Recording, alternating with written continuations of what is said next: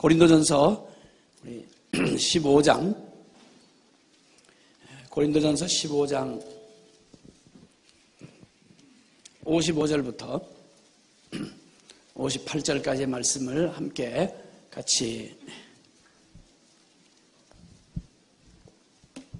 고린도전서 15장 55절부터 58절까지의 말씀을 함께 한 목소리로 같이 합독하시겠습니다. 시작. 사망아 너의 승리가 어디 있느냐? 사망아 내가 쏘는 것이 어디 있느냐? 사망이 쏘는 것은 죄요 죄의 권능은 율법이라. 우리 주 예수 그리스도로 말미암아 우리에게 승리를 주시는 하나님께 감사하노니, 그러므로 내 사랑하는 형제들아 견실하며 흔들리지 말고 항상 주의 일에 더욱 힘쓰는 자들이 되라. 이는 너희의 수고가 주 안에서 헛되지 않은 줄을 알미라. 아멘. 아멘. 아멘. 아멘. 의심스러운 곳에 매달린 사람의 심정을 이해하실 수가 있으시겠습니까? 아찔한 절벽에 그저 줄 하나 딱 매달려 있는데, 이걸 붙들고 있는 이 줄이 혹시 끊어질지도 모른다, 적어도 박아놓은 그것이 빠질지도 모른다, 이러면 매달려 있는 순간 아마 1초 1초가 아마 피를 말리는 것 같을 것입니다. 저는 등산을 이해를 못하는 사람이기 때문에 등산을 하지를 않습니다. 그런데 졸지에 요즘에 현대 문명이 등산을 원든 원치 않든 등산을 하고 살도록 만드십니다. 아파트 10층 20층 올라가면 등산 따로 할 것도 없고 등산입니다. 계단 한번 올라가 보세요.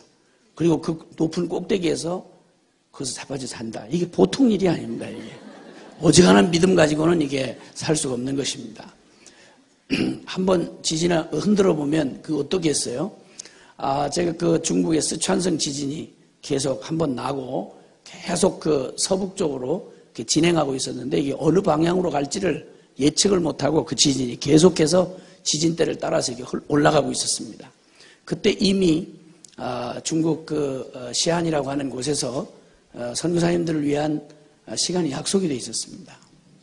자, 그런데 계속 지진이 스촨성에서 시작해서 어마어마한 도시 하나를 전부 매몰시킬 만큼, 그때 죽은 사람을 8만 명이라고 그러는데, 이게 날짜는 바닥바닥 다가오고 그리로 가는데 이미 제가 가려고 하는 도시에 사람들이 전부, 거기도 지진이 함께 해가지고, 스촨성 같은 지진은 아니지만 그 지진의 여파가 이게 수백 킬로에 연결된 그런 곳으로 이게 막 지진이 가는데, 이게 동쪽으로 갈지 서쪽으로 갈지 예측을 할 수 없다는 겁니다. 계속 진행 중이고.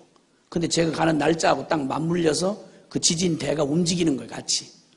근데 이미 그곳에서 연락이 왔는데, 전부 지금 2, 3일인가를 바깥에 공원에서 잤답니다. 아파트에 전부 빠져나와서 아파트가 무너져버리면 큰일 나니까.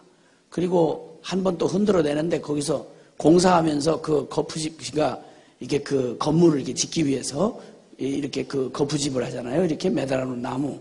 여기에 이거 의지해서 일하던 사람들 중에 이 아파트가 어떻게 심하게 흔들렸는지, 거기서 일하는 현장에서 떨어져 죽은 사람이 한 100명 된다는 겁니다. 그런데 제가 이제 갔을 때는 간신히 며칠을 바깥에서 지내다가 여진이 아직도 있는데 못 들어간다는 거예요. 근데 거기를 글쎄 10층에 있는, 아파트 10층에 있는 선교사님 집으로 저를 데려가는 겁니다.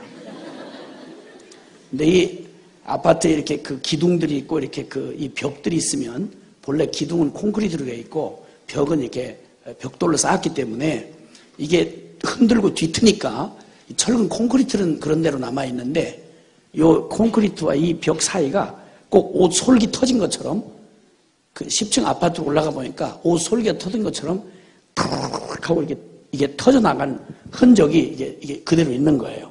어젯밤에도 흔들었답니다. 그런데 선교사님 그 얘기를 표정 하나도 안 바꾸고, 어젯밤에도 흔들었기 때문에 오늘 밤도 흔들릴지 모른다는 거예요.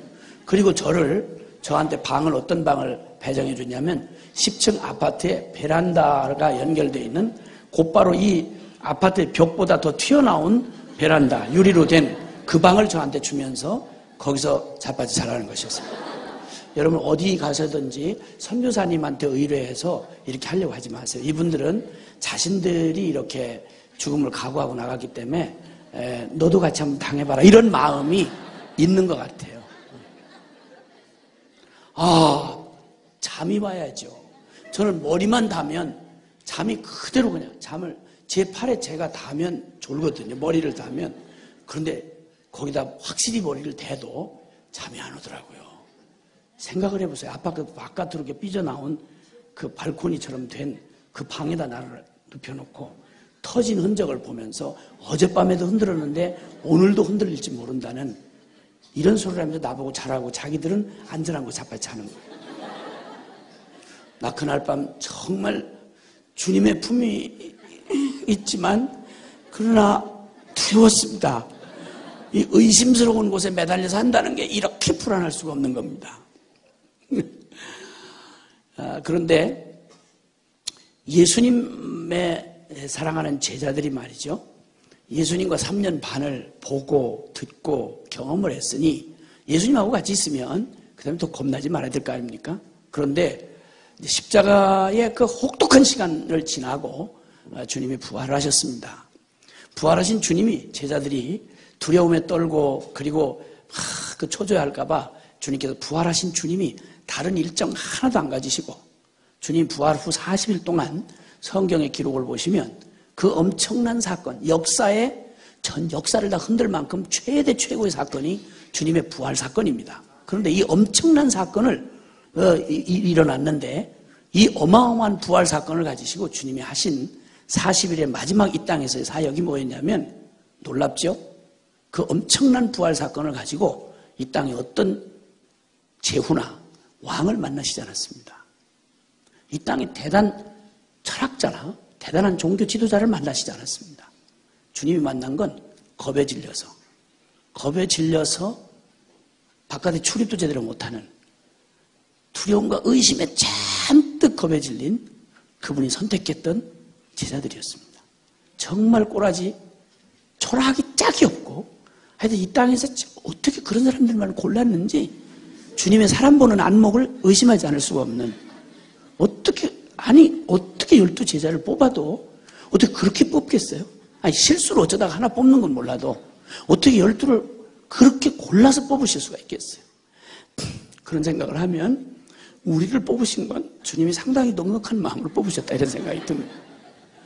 어쨌든 그 두려워서 덜덜 떠는 못난 그 부끄러운 제자들을 40일 동안 그 엄청난 전 세계 역사에 가장 주목할 최대의 사건이 일어난 부활 사건 40일 동안 다른 일정 하나도 갖지 않으시고 주님은 그 의심에서 믿을 수 없어서 덜덜 떨고 괴로워하고 방황하고 그리고 다급해하는 이 제자들을 계속 찾아가셔서 그들을 끝내 그 두려운 의심에서 자기 스스로를 도대체 용납할 수 없는 그런 실패에서 겁이 먹어서 어쩔 바를 모르는 그들을 다시 끝내 그 부활하신 주님이 만나셔서 그들을 다시 그들에게서 나온 게 아닌 오직 하나님에게서 나온 그런 담대함과 그리고 확신 가운데 이 세상을 변화시키는 하나님의 사람들로 세워 놓으셨습니다.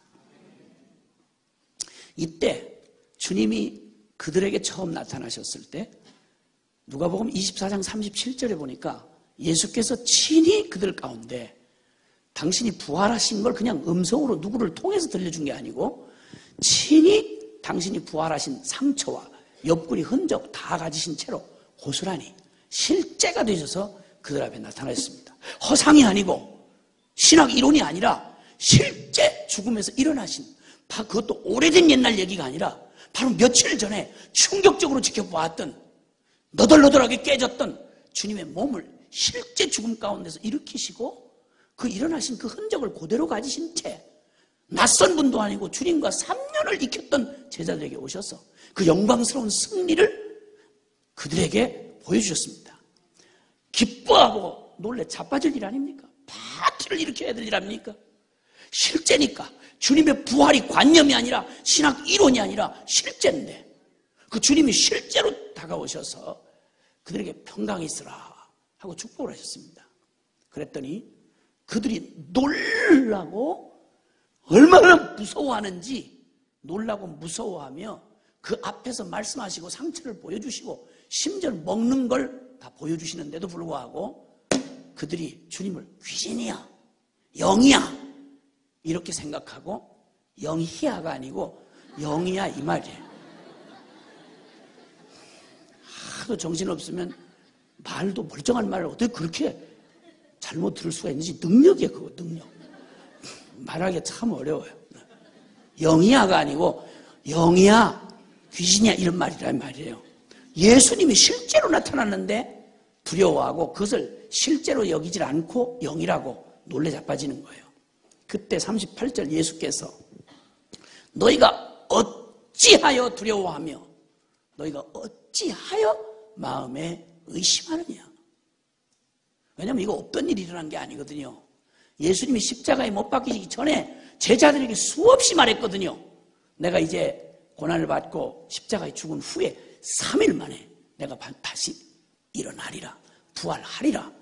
성경이 말해왔고 그리고 하나님이 증언하셨던 그 사실이 이제 실제로 내가 십자가에 죽으러 가는데 반드시 내가 부활할 것이다. 그리고 내가 너희보다 먼저 갈릴리에 가 있을 것이다. 내가 너희를 만날 것이다. 아니 없던 일이 갑자기 생기면 그럴 수 있다고 이해가 되지만 주님이 수없이 그 말씀을 가르치셨단 말이에요. 그렇게 일러주셨는데도 불구하고 허탄한 듯하여 허황하여 말씀하시는 주님이 귀신인가 하여 그리고 두려워 떨고 그리고 계속 의심을 하는 거예요. 그러니까 주님이 어찌하여 다른 사람 같으면 이해할 수 있죠. 왜냐하면 들은 적이 없고 주님을 알 수 있는 기회가 없었다면야 놀래고 두려워하고 의심하는 게 가능하지만 3년 반을 이빠이 먹었지 않습니까? 한 끼도 안 빼놓고 주님 따라다니면서 얼마나 하고 먹었는지 먹기만 잔뜩 먹고 정작 들어야 하고 믿어야 될 건 못 믿는 그래서 밥만 많이 먹는 거예요. 그래서 아니 잘하면서 먹는 밥이야 필요하지요. 많이 먹어야지. 근데 밥만 많이 먹는다 이겁니다. 그래서 어쨌든 주님이 어찌하여 두려워하며 어찌하여 마음에 의심이 일어나느냐. 여러분 2000년 세월이 지났습니다. 그런데 지금 우리는 이제는 그때는 과정 중이라고 하지만 지금은 이제 복음이 완성이 됐고 2000년 역사에 증거가 있습니다. 그리고 그 완전한 복음이 우리에게 너무도 완전한 복음이 2000년이 지난 지금 우리에게 왔습니다. 근데 여전히 우리가 십자가의 완전한 복음을 다 알고 그리고 믿는다고 하면서도 복음을 못 들은 사람이야 복음에 혼돈된 사람이야 그 당연한 일이죠. 그걸 말하는 거 아니고 그래도 완전한 복음을 이제 알고 그 복음 앞에 섰고 복음을 받았다고 하는데 그런데도 여전히 우리 가운데에는 쭈밋거리고 방황하고 그리고 어떤 때는 심지어는 그 조금 시작했던 과감하게 다른 사람 이웃 사람 놀래켜 가면서 나는 진리가 결론입니다. 나는 십자가에 죽었습니다. 불의 능력이 내리는 사랑이 있습니다. 나는 주님을 따르겠습니다. 이렇게 하고 시작했다가 잘 시작했으면 그냥 가야 될 거 아니야. 근데 왜 잘 가는 차를 탔다가 중간에 내리냐 이 말이야. 왜 중간에 비행기에서 내려달라고 깽판 부리고 왜 그러냐 이거야. 사람 어지럽게 만들고 왜 그러냐 이 말이야. 왜 포기하느냐 이 말이야. 더군다나 한 번 이렇게 한두 번 연약함을 경험하고 나면 복음을 그렇게 온전히 알고 복음에 감격했다고 하는 이것도 나중에는 오히려 이게 강한 자극을 받은 다음에 나중에 덜 뚫려버리면 사람이 이제 더 이상 자극받을 게 없다 보면 사람의 마음이 완악해집니다. 강팍해진 거죠. 그걸 부지깽이 같은 놈이라 그렇게 말합니다. 옛날에 나무를 아궁에다가 밀어 넣을 때 그때 그 나무를 넣을 때 손이 불에 타니까 손 대신 막대기를 해가지고 넣다가 그 불이 붙으면 요건 도구로 쓰는 건 자꾸 불을 끄는 겁니다. 이러면 이게 겉이 타가지고 겉이 타서 연기만 픽픽 내고 이제 나중엔 불이 붙질 않아요. 겉이 숯이 돼버렸기 때문에 그런 걸 부지깽이라 그래. 마음이 아주 강팍해서 은혜를 그저 너무 슬쩍슬쩍 완전하게 타질 않고 슬쩍슬쩍 은혜를 끄실르고 복음에 끄실러서 부지깽이같이 된 심령 이걸 완악해졌다 이렇게 표현을 해요. 더 이상 자극도 감동이 안 받아지는 거예요. 이런 일이 있단 말입니다. 자 그런데 이런 일들이 우리 안에 원치 않지만 이런 일들이 있는 것을 왕왕 보고 그런 위험과 위기가 우리에게도 있다 이 말입니다. 그렇죠? 그럴 수 있죠? 이 완전한 복음을 알고 그 기쁨 가운데 충만함 가운데 시작했다가 지금은 이제 그 복음 앞에서 복음이면 충분하다.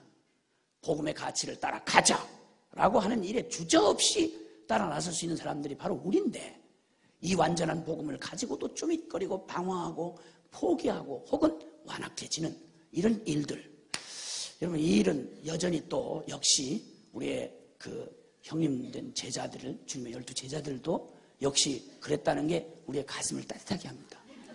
우리 이상하게 남이 승리하고 이렇게 온전한 것을 보고 은혜가 된다기보다는 보통 그런 건 부담이 되고 그 다음에 누가 넘어지면 그렇게 재미있고 누가 자빠지면 그렇게 마음이 따뜻하고 누가 실수했다고 연약하다는 말을 들으면 너무 가슴에 은혜가 솔솔 피어오르는 이게 악심인가 아니면 이게 그러니까 동병상련인가 이게 차이가 미묘해요. 자, 그런데 어쨌든 제자들도 말입니다. 요한복음 2장 22절 한번 찾아보세요. 빨리 봐주세요. 요한복음 2장 22절 얼른 찾아보세요. 요한복음 2장 22절입니다.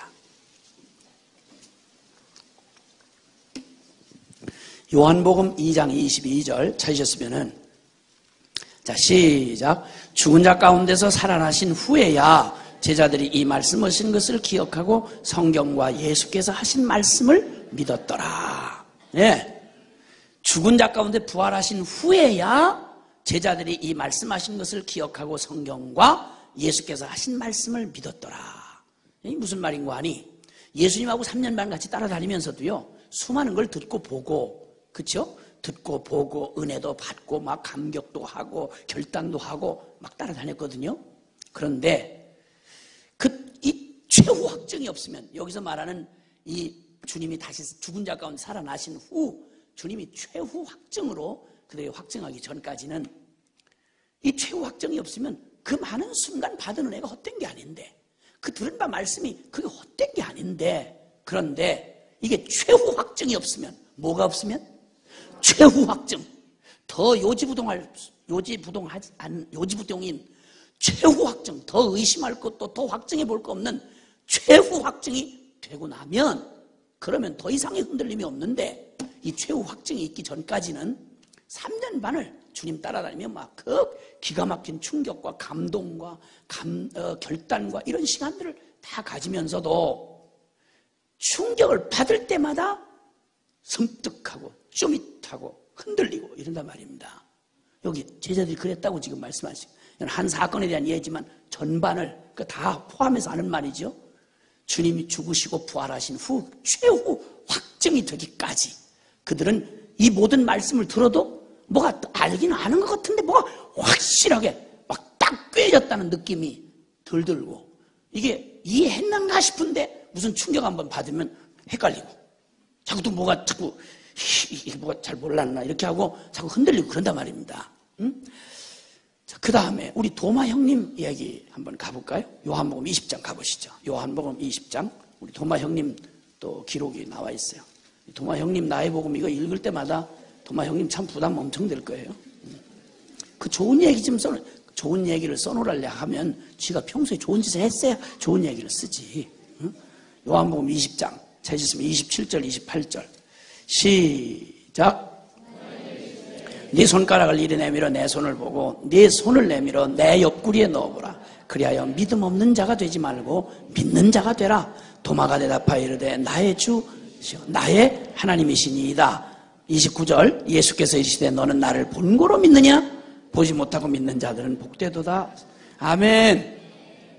그러니까 이 도마는 늘 방황을 하는 거예요. 은혜도 받고 체험도 하고 주님도 따라하고 12 제자니까. 그런데 도마가 가끔 이 성경에 나타난 걸 보면 이 도마의 이 성격이 뭔가 조금 우울하고 약간 비관적이고 그리고 의심이 많아요. 의심이 많아. 그러니까 늘 방황을 하는데 보고 나면 그럼 보고 싶어서 봤다 그러면 그게 오래 못 가고 보고 나면 또 이게 잠깐이야. 또 돌아서면 의심이 생기는 거야. 체험이나 감정이나 상황이 흔들릴 때마다 도마는 자꾸만 고민과 갈등이 생기는 거예요. 이런 도마과에 속한 사람들 은혜를 자주 받고, 그래서 나는 보지 못하면 못 믿어요. 느낌이 와야 믿어요. 이렇게 해서 그럼 느낌이 왔다. 그럼 계속 믿어야 될 거 아니야. 근데 돌아서면 또 의심이야. 봐놓고는 또 의심이고, 최후의 확정이 있기까지 계속 반복된 일이 도마에게서 나타나는 일이 바로 그런 일입니다. 이러니까 방황을 하니까 뭔가 알았던 진리가 자기가 조금 의심이 생겨버리면 진리 자체를 확 허물어버려.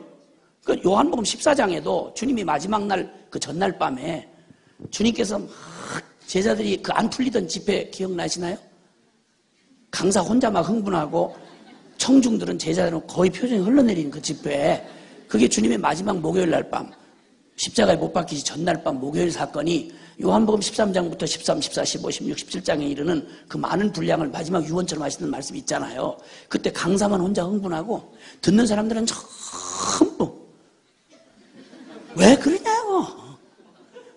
집회가 진행될수록 은혜를 받는 게 아니라 점점 16장 6절에 보면 내가 이 말을 함으로 너희 근심이 도리어 가득하였도다. 집회하시다 말고 14장 1절에 너희는 마음에 근심하지 말라. 하나님을 믿으니 또 나를 믿으라. 인상 좀 펴라.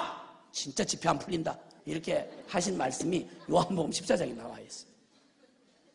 그 들으면 들을수록 점점 이게 이러는 거예요. 왜냐하면 너무 극단적인 얘기를 하시니까. 결론의 얘기는 그날 핵심 사항은 아무리 좋은 말을 해도 그들을 우울하게 만드는 건 십자가에 죽으러 가신다는 거예요. 내일 당장. 이게 무슨 장난도 아니고 어디 출근하겠다는 말도 아니고 십자가에 죽으러 가신다니까. 그럼 뭐야 도대체? 이렇게 해서 근심이 가득할 때 주님이 뭐라고 말씀하는 거 아니? 다른 사람 몰라도 너희는 내가 가는 그 곳에 너 근심하지 말아라. 이건 근심할 일이 아니다. 내가 너희를 위하여 처소를 예비하러 가노니 그 처소가 예비되면, 하늘의 처소가 예비되면 너희 있는 곳에 내가 와서 너희를 나 있는 곳에 너희도 함께 있게 하리라. 내가 가는 그 곳에 그 길을 다른 사람 몰라도 너희는 알리라. 이러고 확신 가운데, 왜? 3년 동안 주님이 같이 데리고 다니면서 개인지도 했으니까 그 사람이 모르면 누가 알겠어요. 그 주님이 확신 가운데 말씀을 하시니까 이때 도마 형님이 듣다가 다른 집도 가만히 있는데 듣다가 나와가지고 뭐라고 한 거 아니? 아주 전면을 확 부정. 3년 동안 들었던 얘기를 싹 부정하면서 뭐라고 한 거 아니? 어디로 가시는지도 모르는데 그 곳에 그 길을 우리가 어찌 알겠습니까? 뭐 이러고 나오는 거야. 난 제자 훈련을 그따위로 했다가 난 그런 놈을 내가 내 제자로 3년을 키워.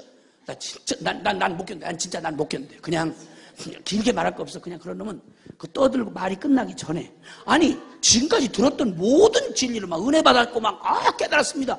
이렇게 말해놓고 막판에 확 뒤집어버리고 나는 그거 다 안다고 그랬는데요. 믿은 게 하나도 없습니다. 막 이래버리면 사람 얼마나 황당하냐 말이야. 그럴 때는 말이 필요한 게 아니에요. 그럴 때는 조용하게 떠드는 놈, 이 물젖은 수건으로 코하고 입을 꼭 막 이렇게, 그리고 축 처질 때까지, 어깨가 축 처질 때까지 꼭 누르고 있다가 축 처져서 더 이상 움직이지 않는다 그럴 때 쓰레기 태운 데다 갖다 버려서 태우고, 그리고 3년 반 없었던 걸로 치면 되지. 그까짓 거.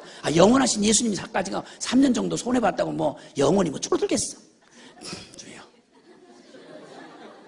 그 주님이 그걸 제자라고 또 붙들고 그걸 또 설명을 하시면서 내가 곧 길이요 진리요 생명이니 가는 그곳은 아버지 집이고 가는 그 길은 나 아니냐? 빌립이 2번 타자로 나타나서 주여 그렇게 아리까리하게 얘기하지 마시고 아주 확실하게 아버지를 한번 보여줘 보세요. 백문이 불여일견 아닙니까? 화끈하게 아버지를 한번 보여줘. 그래 아리아리하게 얘기하셔서 우리로 하여금 이렇게 아리아리 이렇게 하게 하지 마시고, 대화가 이런 식으로 풀렸던 게 주님 마지막 밤 집회입니다. 빌립이 그따위로 나오는 데는 주님도 견딜 수가 없으셨어요. 빌립아 너까지? 이런 일에 앞장섰던 게 우리 도마 형님인 줄 아시죠? 그러니까 늘 방황해. 보고 나면 보여주면 믿겠다고 해놓고는 보여주면 그건 잠깐, 돌아서면 또 의심하고 체험이 흔들리고 감정이 변하고 상황이 따로 돌아갈 때마다 그때마다 믿음 통째로 흔들리는 거야. 최후 확정이 되지 않았을 때. 여러분 그리 아니하실지라도 사실은 상황은 변하고 사람들은 변하고 상황은 흔들릴지라도 변치 아니하시는 주님, 진리는 영원히 달리될 수 없는 바로 그거 참 이게 진리 아닙니까? 영원한 주님이 바람 좀 분다고 흔들리시겠습니까? 사람 좀 죽어나간다고 주님 영원하신 주님이 없어지시겠습니까? 그리 아니하실지라도 우리의 믿음의 근거가 내게 있지 아니하고 주님에게 있으면 영원히 흔들리지 않아야 되는데 늘 방황을 합니다. 그러니까 방황하는 거예요. 그 다음 누가복음 24장 25절로 26절 한번 가보십시다. 누가복음 24장 25절로 26절. 누가복음 24장 25절로 26절입니다.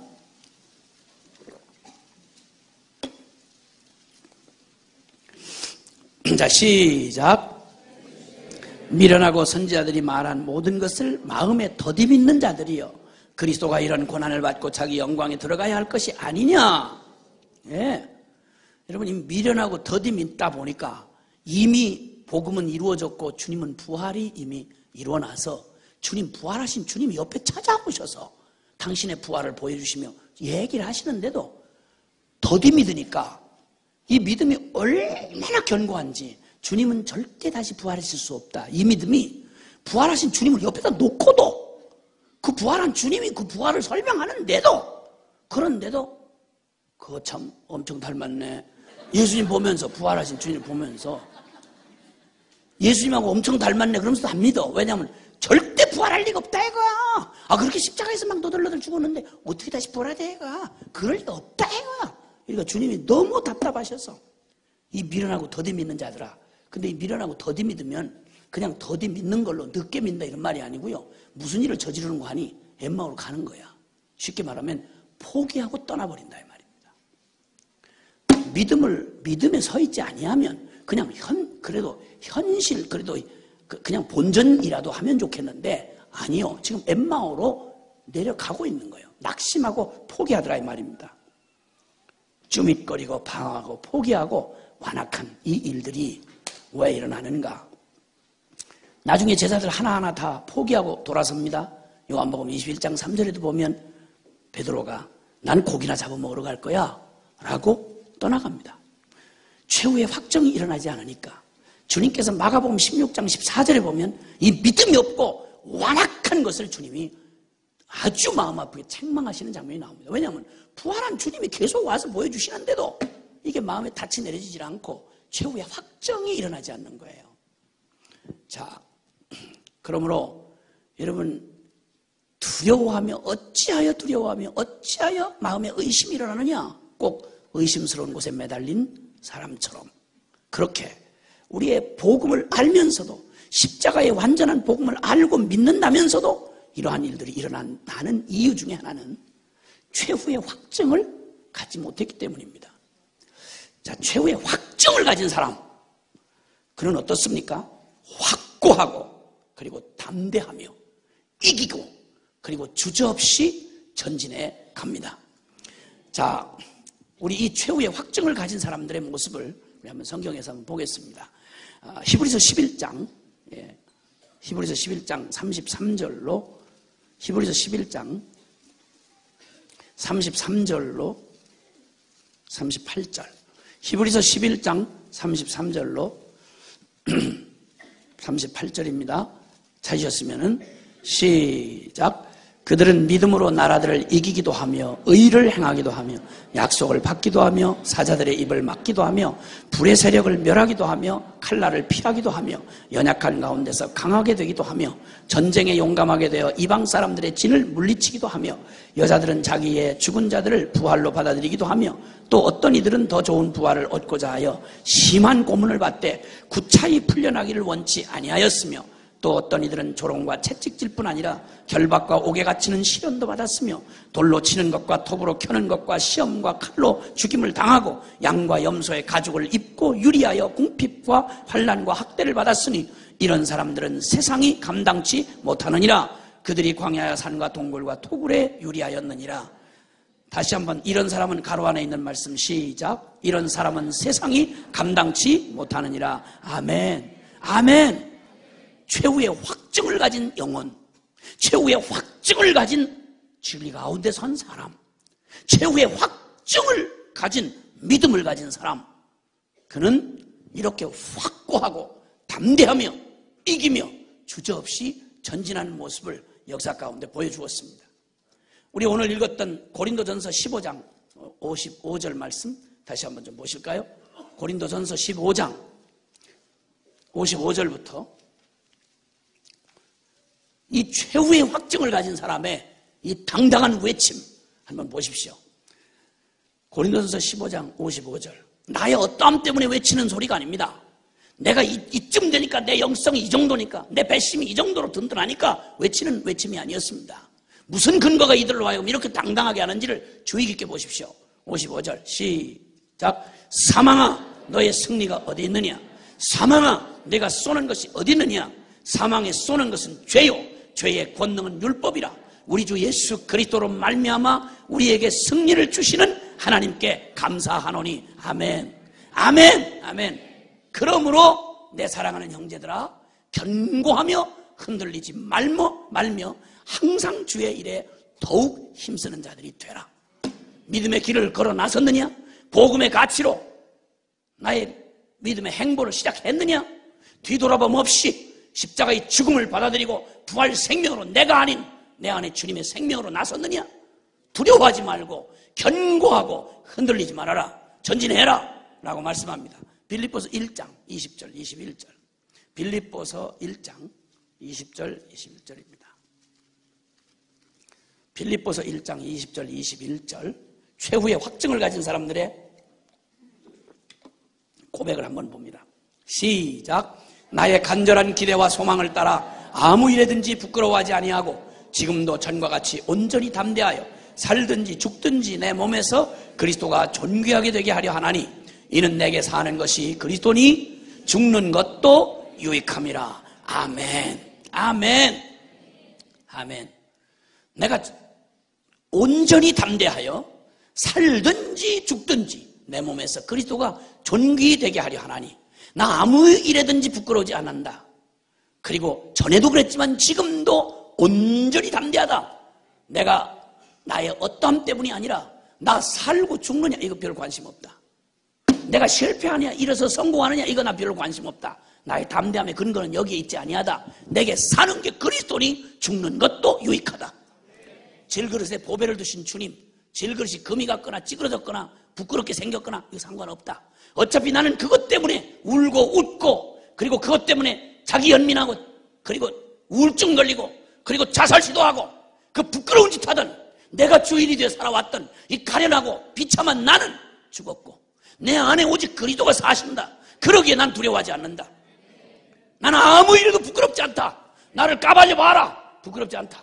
내가 어떠함이 드러나 봐라. 맞다. 그거 원래 그랬다. 원래 그게 나다. 원래 그게 나의 모습이다. 그것이 다였다면 나는 비참했고 나는 끝났다. 끝나야 할 나는 놀랍고 감사하게 주님이 나를 십자가의 끝을 내주셨다.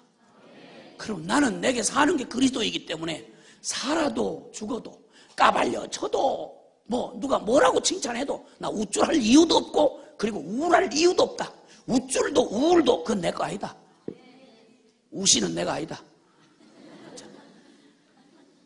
우쭐도 우울도 나는 상관없다. 오직 내게 사는 게 그리스도다. 주님이 내 안에서 오직 전에도 그랬지만 지금도 나 담대한 게 있다. 살아도 죽어도 상관없다. 내가 무슨 취급을 받든 어떻게 나를 대우하든 상관없다. 내게 사는 게 그리스도다. 나 죽어도 그리스도는 안 죽어. 내가 실패해도 주님은 실패하시지 않아. 왜냐하면 전능하기 때문에. 그분은 부활하신 분이기 때문에. 이 확증을 가진 사람 이렇게 부끄러워하지 아니하고 온전히 담대함을 외치는 것입니다. 우리 디모데후서 1장 12절 가보시죠. 디모데후서 1장 12절. 디모데후서 1장 12절 시작.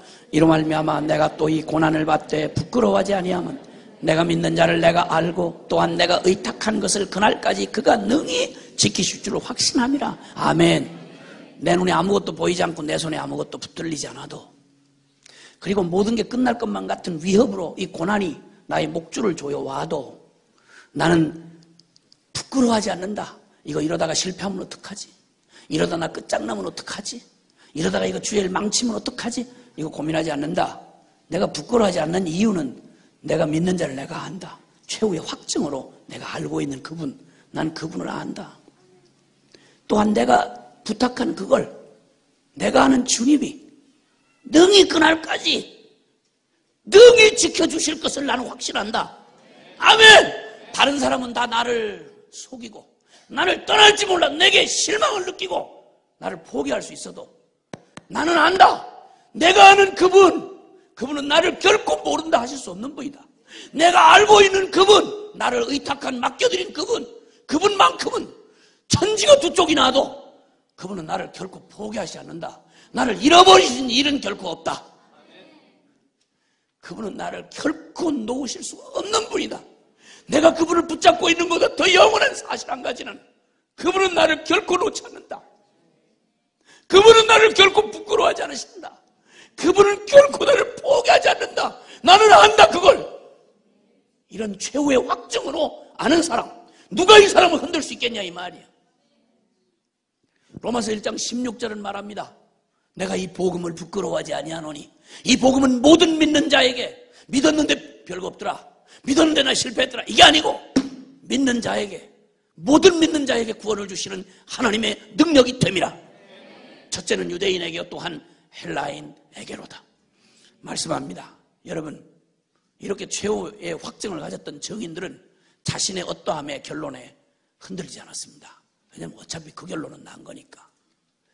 자신의 죽음의 최후 확증이 가해지지 않은 사람, 아직도 뭔가 여전히 자신 안에서 소망을 발견하려고 죽은 자아를 자꾸만 주물럭주물럭 하는 사람. 그래도 죄인이긴 했지만 그래도 쓸모는 있는데, 그래도 내 성격은 참 좋았다고 사람들이 말했는데, 그지그지 그래. 죽은 놈의 자아의 송장을 그래도 아직도 미련이 남아서 죽음을 최후 확증으로 받지 못한 사람, 그리고 주님의 부활의 이 완전한 확증을 최후로 받지 아니한 사람. 여러분, 우리가 그 보았지 않습니까? 주밋거리고 방황하고 포기하고 완악해지는 것. 그러나 최후의 확증이 일어나면, 그러면 이 담대하고 확고하고 이기며 주저없이 전진하는 걸 보았습니다. 그럼 이 밤에 묻고 싶습니다. 여러분, 무엇이면 당신의 의심이 끝이 나겠습니까? 도대체 무엇이면 여러분의 그 의심이, 끝없던 의심이 끝을 내겠습니까? 이 완전한 복음 앞에 무엇을 더 검증할 게 남아있습니까? 기적을 보시면 여러분, 출애굽한 이스라엘 백성들은 기적에 파묻혀 죽은 백성입니다. 히브리서는 말하기를 그들이 광야에서 끊임없이 하루도 빠짐없이 매일 기적의 양식을 먹었습니다. 여러분, 매일 기적이었습니다. 숨 쉴 사이 없이 1초도 빈틈없이 계속 기적에 파묻혀 살았던 게 출애굽한 이스라엘 백성인 거 아시죠? 불기둥과 구름기둥이 초자연적인 기적이 매일 눈앞에 있었습니다. 여러분, 그리고 그들 매일 입에다 놓고 사는 음식 자체가 기적으로 공급됐습니다. 하늘의 만나였습니다. 어느 한순간 그들이 마시는 물 모두가 기적이었습니다. 반석을 깨뜨리고 그 광야에서 그 주님이 기적으로 터뜨려 주신 기적의 생수를 먹고 살았습니다. 그런데 기적이 모자라서요? 아니요.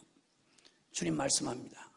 이 출애굽한 백성들이 믿지 아니하는 악심을 품고 광야에 엎드려 죽었고 안식에 들어가지 못했다고 말합니다. 그러니 기적을 보면 의심이 끝이 나겠다고요? No. 그럴 수가 없습니다. 우리의 저주받은 옛 자아의 이 무시무시하고 끔찍한 이 죄악의 독성은 절대 우리의 의심이 끝이 나게 하지 않습니다, 여러분. 그러니까 기적으로 우리의 의심을 끝을 낸다는 건 그건 허황한 바람입니다. 마태복음 12장 38절에 한번 보실까요? 이제 기적에 관한 얘기를 주님이 뭐라고 말씀하시는지. 마태복음 12장 38절입니다. 마태복음 12장 38절 찾으셨으면은 마태복음 12장 38절 시작. 선생님이여 우리에게 표적 보여주시기를 원하나이다. 예수께서 대답하여 이르시되 악하고 음란한 세대가 표적을 구하나 선지자 요나의 표적밖에는 보일 표적이 없느니라. 아멘. 아멘. 기적을 너무도 많이 베푸셨던 가버나움, 베세다, 주님이 집중해서 보여주셨던 그곳의 사람들이 완악하게 악독하게 기적은 기적인데 저 나사렛 예수 아니야 저거 요셉 아들 아니야 이러면서 기적을 부인하고 그리고 예수님 멸시했습니다. 그랬더니 주님 말하시죠. 너 가버나움아 하늘 위까지 올라갈래? 저 음부에 처박히리라. 너 베세다야 내가 어디까지 교만할래? 너희에게 베푼 이 기적을 만약에 저 불로 망한 소돔과 고모라에서 전했더라면 그리고 요나의 전도를 받고도 기적이 아니라 요나의 40이 지나면 이성이 망한다 그 외침 한 문장을 듣고도 그 악독한 니느웨 성읍 사람들이 회개하고 하나님 앞에 엎드러졌다. 요나의 말을 듣고도 그것도 대단한 어마어마한 설득력이고 능력 있는 복음을 들은 게 아니라 마지못해 외친 40이 지나면 이성이 망한다는 하나님의 심판의 메시지를 듣고도 그 완악하고 악독했던 니느웨 백성들이 왕부터 시작해서 회개를 하고 구원을 받았다. 그러면 그 요나보다 더 크신 이가 너희 앞에 지금 있고 하나님의 그 어마어마한 경고를 듣고 저 망했던 만약 소돔과 고모라에 너희가 보았던 이 기적을 보여줬더라면 그들이 죄 가운데 회개하였을 것이다. 이 소돔과 고모라보다 더 악독한 모태신앙아 그렇게 말씀하신 거예요. 물론 모태신앙이라고 안 그랬지. 근데 거기다 유대인들 모태신앙이더라 말이야. 무엇이면 여러분의 의심이 끝나겠습니까? 표적입니까? 기적입니까? 그러면 여러분의 의심이 끝날 것 같다고 생각하십니까? 무엇이 당신의 방황의 끝을 맺을 것 같습니까? 예언과 말씀을 들으면요? 그러면 예언과 말씀이 부족해서 방황을 했단 말입니까? No. 수없는 말을 듣고 수없는 주님의 그 권세 있는 말씀과 구약 성경을 쫙 꿰서 하나로 마저 떨어지게 하는 이 경이로운 주님의 말씀의 해석을 들으면서도 여러분 마음에 확정이 안 일어났습니다. 여러분 언제 여러분의 이 십자가와 복음의 최후의 결론을 내리시고 주님을 따르시겠습니까? 여러분 주님의 요구는 너무나 단순합니다.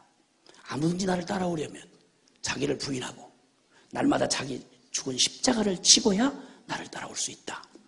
삶을 뒤흔드는 요구 주님이 너희가 나를 따라오려면 네 목숨 너의 옛 자아의 목숨을 자꾸 끈끈하게 연연하고 붙들고 이래가지고는 살고자 하는 자는 자기 목숨을 살고자 하는 자는 잃을 것이요 나를 위하여 나를 믿기 위해 자기 목숨을 잃는 자는 얻으리라고 주님 말씀했습니다. 나를 따르라고 말씀하시는 주님의 요구는 우리의 삶을 통째로 뒤흔드는 우리의 목숨을 내놓으라고 요구하시는 아주 과격하고도 그리고 단호한 요구이십니다. 나 중심에서 내가 여전히 중심인데 주님 앞에 많은 기득권을 조금 양보해드린 이런 게 아니고 내가 나의 중심에서 살던 나는 죽고 이제는 주님이 완벽하게 처음부터 끝까지 나의 주인이 되시는 이런 주님 중심의 삶의 판을 새로 짜라고 부르시는 겁니다. 너희 몸을 하나님이 기뻐하시는 거룩한 산 제사로 드리라. 로마서 12장 1절 2절의 말씀은 뭐라고 재해석하실 겁니까? 복음대로 안 사는 건 정상이고 복음의 요구대로 안 살고 적당한 선으로 살짝 모양만 흉내만 내고 숫제 거기에 반응하지 않는 건 아주 세련되고 그건 정상적인 크리스찬의 삶이라고 말하고 복음대로 안 살다가 이 벼락 맞을 일을 깨닫고 나는 이렇게 살다가 죽을 수는 없습니다. 나는 복음대로 십자가대로 믿겠습니다 라고 말하면 온 집안이 들고 일어나고 웬 교인들이 그렇게 걱정을 많이 해줘. 딸 때는 거들떠도 보지 않던 사람들이 복음으로 살겠다 그러면 막 온 동네가 나서서 말려가면서 염려를 해주고 이런단 말입니다. 왜냐하면 자기들이 불안하니까 그래요. 왜냐하면 그걸 인정하는 순간 저도 그래야 되니까. 근데 그러고 싶은 생각은 눈곱만큼도 없거든. 밑에 세련되게. 그래서 주님은 언제든지 문제 해결사 소원 성취를 해결해 주시는 그런 분이어야지 더 이상 나한테 가까이 오시면 사랑한다 그러면서 자꾸 가까이 오시거나 내가 너에게 모든 것을 주고 싶다 이러시면 안 되는 거예요. 그럼 내가 기도할 때만 들으시고 그 다음에 절대 내가 부르지 않을 때 갑자기 나타나셔서 나를 당황시키게 한다든지 이러면 주님하고 나 사이에 관계가 심각한 어려움이 생길 수 있다 이거예요. 내가 마음대로 계획하고 내가 마음대로 살고 싶은데 주님이 자꾸 오셔서 난 널 사랑하는데, 내가 너의 계획에 참여하고 싶은데 나는 너의 주인 아니냐, 내가 스케줄 좀 짜고 싶다, 이러시면 진짜 어려워지는 겁니다. 이 잘난 죄인들, 자아가 충만한 죄인들한테, 요즘 세련된 교인들한테 주님이 만약에 그렇게 계속 쫓아오셔서 나는 너의 삶의 주인이 되고 싶다, 너를 내 뜻대로 인도해 주고 싶다, 이러면 관계가 어려워지는 겁니다. 주님 가만히 계시고 제가 부를 때만 나타났어요. 그리고 제가 도움을 구하지 않는데 주님 너무 과잉 충성으로 내게 오셔서 난 너를 돕고 싶다, 내가 너를 다스리고 싶다, 이러지 마세요. 아무도 나를, 내 성질을 고친 사람 아무도 없어요. 우리 신랑도 내 성질에 손댔다가 그놈 죽을 뻔했어요. 우리 부모는 손들은 지 이미 오래됐고요, 사춘기 때 이미 손들고 포기해서 누가 날 감히 건드려요? 건들지 마세요. 날 이런 귀신같이 반질반질한 세련된 죄인들을 앉혀놓고 복음을 전한다고 말하면서 복음을 기가 막히게 어떻게 그렇게 해석을 할래도 그 능력이야. 주님이 하신 말을 어떻게 또 해석하죠? 자기를 부인하고 저 죽은 십자가 지고 따라오라는 이 말을 어떻게 그렇게 부드럽게 잘 해석을 하는지 주님이 감탄하신 얘기예요. 네가 말한 걸 들으니까 내가 말한 게 촌스럽다, 야. 주님이 사과를 하신 판이야. 얼마나 잘났는지. 성경은 그런 식으로 해석하려고 그러면 신경 많이 쓰면 잘못하면 지옥 가요. 너무 신경 쓰다가. 주님의 진리를 덧붙이고 빼지 말란 말이에요. 우리의 도움을 받으셔야 간신히 하나님 노릇하시는 그런 주님 아닙니다. 치매 걸리셔서 기억을 잘 못하시고 자꾸 한 말 또 하고 한 말 또 하고 그런 분 아닙니다. 주님은 전지전능하시고 그분은 영원하십니다. 그분은 후회가 없으십니다. 한 번 말씀하신 걸 취소하거나 시건치 아니하신 주님입니다. 아멘입니까? 그분의 말씀을 흔들려고 하면 그분의 말씀이 흔들릴 게 아니라 내가 죽어요. 큰일 납니다, 여러분. 주님의 말씀은 영원합니다. 진리입니다. 어떻게 해야 복음의 결론을 내겠습니까? 형편 맞으면? 언젠가 내가 그렇게 할 마음이 생길 때를 기다리시겠습니까? 천만부당합니다. 내 이 병든 자아의 욕구가 죽어도 절대 이 욕구는 늙지 않습니다. 아무리 나이를 먹고 늙어도 이 육체의 정욕은 절대 사라지지 않습니다. 허망한 이 세속의 그 끈적끈적한 관심은 절대 늙었다고 사라지지 않습니다, 여러분. 시들지도 지치지도 아니하는 이 죄의 영속성에 대해서 말씀드렸을 거 기억나실 겁니다. 안 변합니다, 여러분. 죄는 6,000년 전의 죄나 지금이나 한치도 변함이 없습니다. 에덴 동산에서 아담과 하와를 파멸로 끌고 갔던 죄는 6,000년이 지났으니까 늙어 시들시들해서 효력이 다한 죄가 아니다, 이 말입니다. 그날 그때의 그 현장처럼 영원하게 영속성을 가진 이 죄성은 똑같이 아담과 하와의 전 존재를 다 영원한 지옥으로 처박을 만큼 지금도 그 효력에 있어서 확실하고 영원합니다. 변하지 않았습니다, 여러분. 죄는 변하지 않았고 사탄은 여전히 동일한데 어쩌면 우리의 믿음이라고 하는 우리의 복음은 어쩌면 그렇게 나긋나긋하고 어쩌면 그렇게 죄 친화적이고 어쩌면 그렇게 사단과 화해의 복음을 가지고 있습니까? 미쳐도 이런 미친 짓이 어디 있겠습니까, 여러분? 그럴 수는 없는 것입니다. 무엇이 우리의 의심을 끝내겠는가? 무엇이 우리의 방황을 끝을 맺겠는가? 여러분, 이제 오늘 저는 우리의 최후의 확증이 되도록 우리에게 허락하신 두 가지 확증을 말씀드리려고 합니다. 우리의 모든 방황을 끝을 내고 우리의 의심을 끝장내버리신 우리의 최후의 확증, 이 최후의 확증을 말씀드리려고 합니다. 이 확증을 가지면 더 이상 우리는 주눅거리지 않습니다. 더 이상 방황하지 않습니다. 더 이상 허탄한 짓 하지 않습니다. 그 첫 번째는 부활이라고 하는 것입니다. 예수 그리스도의 부활은 여러분 우리의 모든 의심을 끝장을 내고 우리의 모든 방황을 끝을 내고 우리의 모든 미적미적 결론을 못 내리는 우리의 우유부단한 삶의 완전한 최후 확정이 되어주신 것입니다. 할렐루야. 오늘 읽었던 요한복음 2장 22절에 한번 보시죠. 요한복음 2장 22절 다시 한번 보겠습니다. 요한복음 2장 22절 찾으셨으면은 시작. 죽은 자 가운데서 살아나신 후에야 제자들이 이 말씀을 하신 것을 기억하고 아멘.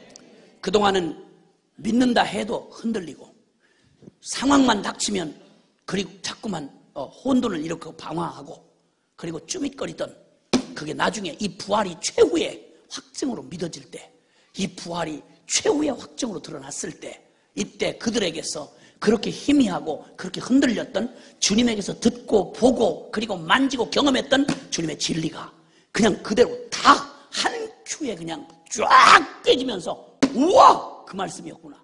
우와! 복음이면 충분하구나. 이야! 결론이구나. 여러분, 이렇게 모든 걸 예수께서 하신 말씀을 믿었더라. 최후의 확증은 바로 다른 데서 찾는 게 아니라 주님의 부활 사건이었습니다. 주님의 이 부활하심으로 모든 원수의 입을 막고 견고한 진을 파하는 강력이 되셨고, 모든 말씀과 그분이 하셨던 말씀, 그분이 하신 선포, 그분이 하신 기적, 이거 전부 다 유대인들, 바리새인, 제사장들, 지도자들 다 보면서도, 예수님의 말씀을 듣고 기적을 보면서도 그들이 끝까지 믿지 않았습니다. 그리고 계속 찔러보는 거지요. 그러다 나중에 주님께서 그들이 결국, 야, 네가 정말 하나님의 아들이야? 너 떠들어댔던 그 거창한 말, 감당도 안 되는 소리, 너 이거 기적했던 거 너 생쇼였지 너? 너 사기꾼 아니야? 너 사기쳤지? 그리고 잡아다가 십자가에 뻘거벗겨가지고 매달았습니다. 그리고 깔깔거리면서 비웃고 조롱하며 이렇게 외쳤습니다. 야, 네가 정말 하나님의 아들이면 너를 구원해봐라. 네가 정말 메시아냐? 내려와봐라. 또 다시 한번 보여봐라. 여러분, 이렇게 비웃고 조롱했습니다. 그 모든 말을 부정할 수 있는 건 너는 절대 죽고 다시 살아날 수 없어, 이 말이었습니다. 주님이 하신 어떠한 선한 말도, 주님이 하신 어떤 기적도, 주님이 보이신 어떤 삶도 여기에 딱 하나 걸려 있었는데, 그게 뭐냐? 그는 결코 다시는 부활할 수 없을 거야. 만약 부활했다면 그가 말했던 그 어마어마한 얘기, 나는 하나님이다. 육신을 입고 오셨던 예수, 나사렛 예수가 뭐라고 말했는 거 아니야? 나는 하나님이다. 감당도 안 되는 말을 엄청나게 쏟아놓으셨습니다. 그리고 그분이 죽은 자를 살리시고 소경의 눈을 띄우시고 그리고 안전병을 일으키시는 이 어마어마한 일을 이룰 때에도 사람들은 보면서도 놀래고 충격을 받으면서 긴가민가했습니다. 우연히 됐겠지, 혹시 됐겠지. 그러면서도 여전히 그 주님에 대한 마지막 확증이 되지 않았습니다. 그런데 이 모든 게 사실이었고, 주님이 부활을 하고 죽음 가운데 부활했다고 하면 모든 걸 부정할 수 없이 그가 말한 모든 게 다 사실로 확증되는 것입니다. 할렐루야! 부활은 마지막 확증이었습니다, 여러분. 이 부활로 확증하니까 그분이 하셨던 모든 기적은 하나님의 아들로서 행하신 기적이었습니다. 그분은 실로 하나님의 아들이었고 만왕의 왕이었으며 모든 하늘과 땅의 권세를 가지신 분이었고 모든 사망 권세를 깨뜨리신 분이었고, 그리고 그가 예수 그리스도가 모든 그분이 행하신 모든 말씀 한 말 한 구절 모두가 다 실제였다는 것이 그냥 최후로 확정된 사건이 부활이었습니다. 예수 그리스도가 정령 살아계신 하나님의 아들로 최후 확정되셨다면 그가 행하신 모든 사역, 삶, 그분의 존재는 하나님이신 게 분명했습니다. 아멘, 아멘, 아멘, 아멘. 만약 그분이 행하신 것이 사람 나사렛 예수로 행한 게 아니고 훌륭한 도덕적 스승이나 종교 창시자로서 한 일이 아니라 만약 그분이 정말 하나님으로서 우리에게 행하신 거라면 이 사복음서에 나타난 그분의 모든 교훈, 기적, 그리고 그분의 모든 삶, 그분의 존재는 말 그대로 그분의 권위는 그대로 하나님으로서의 권위를 갖게 되고, 그러면 우리는 그분의 심판을 피해갈 수가 없습니다. 하나님을 어떻게 대했느냐 하는 결론이 나기 때문에 그분의 말을 거역하고 그분의 말을 믿지 않았다는 말은 하나님 자체를 부정하는 것이고 그 하나님을 거부한 게 되는 것입니다. 그러니까 그분의 권위와 심판을 우리가 피할 수가 없는 것입니다. 이 부활이 확정되고 나면, 그 부활이 확정되니까 주는 살아계신 하나님이시고 나의 주님이십니다. 그냥 무릎을 탁 꿇어버렸습니다. 그 의심으로 그렇게 괴로워하던, 그 의심으로 아주 존재적으로 그 의심이 남보다 개발이 특별히 됐던 도마 형님이 막판 최후 확증으로 나는 도저히 부활했다는 남의 말도 믿을 수 없던 그때 주님이 오셔서 너 내 상처에 손을 넣어봐라, 내 옆구리에 손을 넣어봐라, 그리고 믿음 없는 자가 되지 말고 믿는 자가 되라 라고 하시던 순간 그가 외치고 엎어집니다. 경배의 태도를 취합니다. 이전까지는 계속 예수님을 말씀을 보고 기적을 듣고 감탄을 하고 감동을 받으면서도 늘 한쪽 구석, 늘 여지가 남아 있었습니다. 근데 지독한 너무너무 처절한 자기 존재의 의심에 그냥 털썩 주저앉을 절망 앞에 있을 때, 그때 주님께서 최후의 확증으로 그 상처를 보여주시며 옆구리를 보여주셨습니다. 이것만큼은 난 못 믿는다. 다른 건 다 몰라도 지금까지 의심했던 건 잽도 안 되는 의심이다.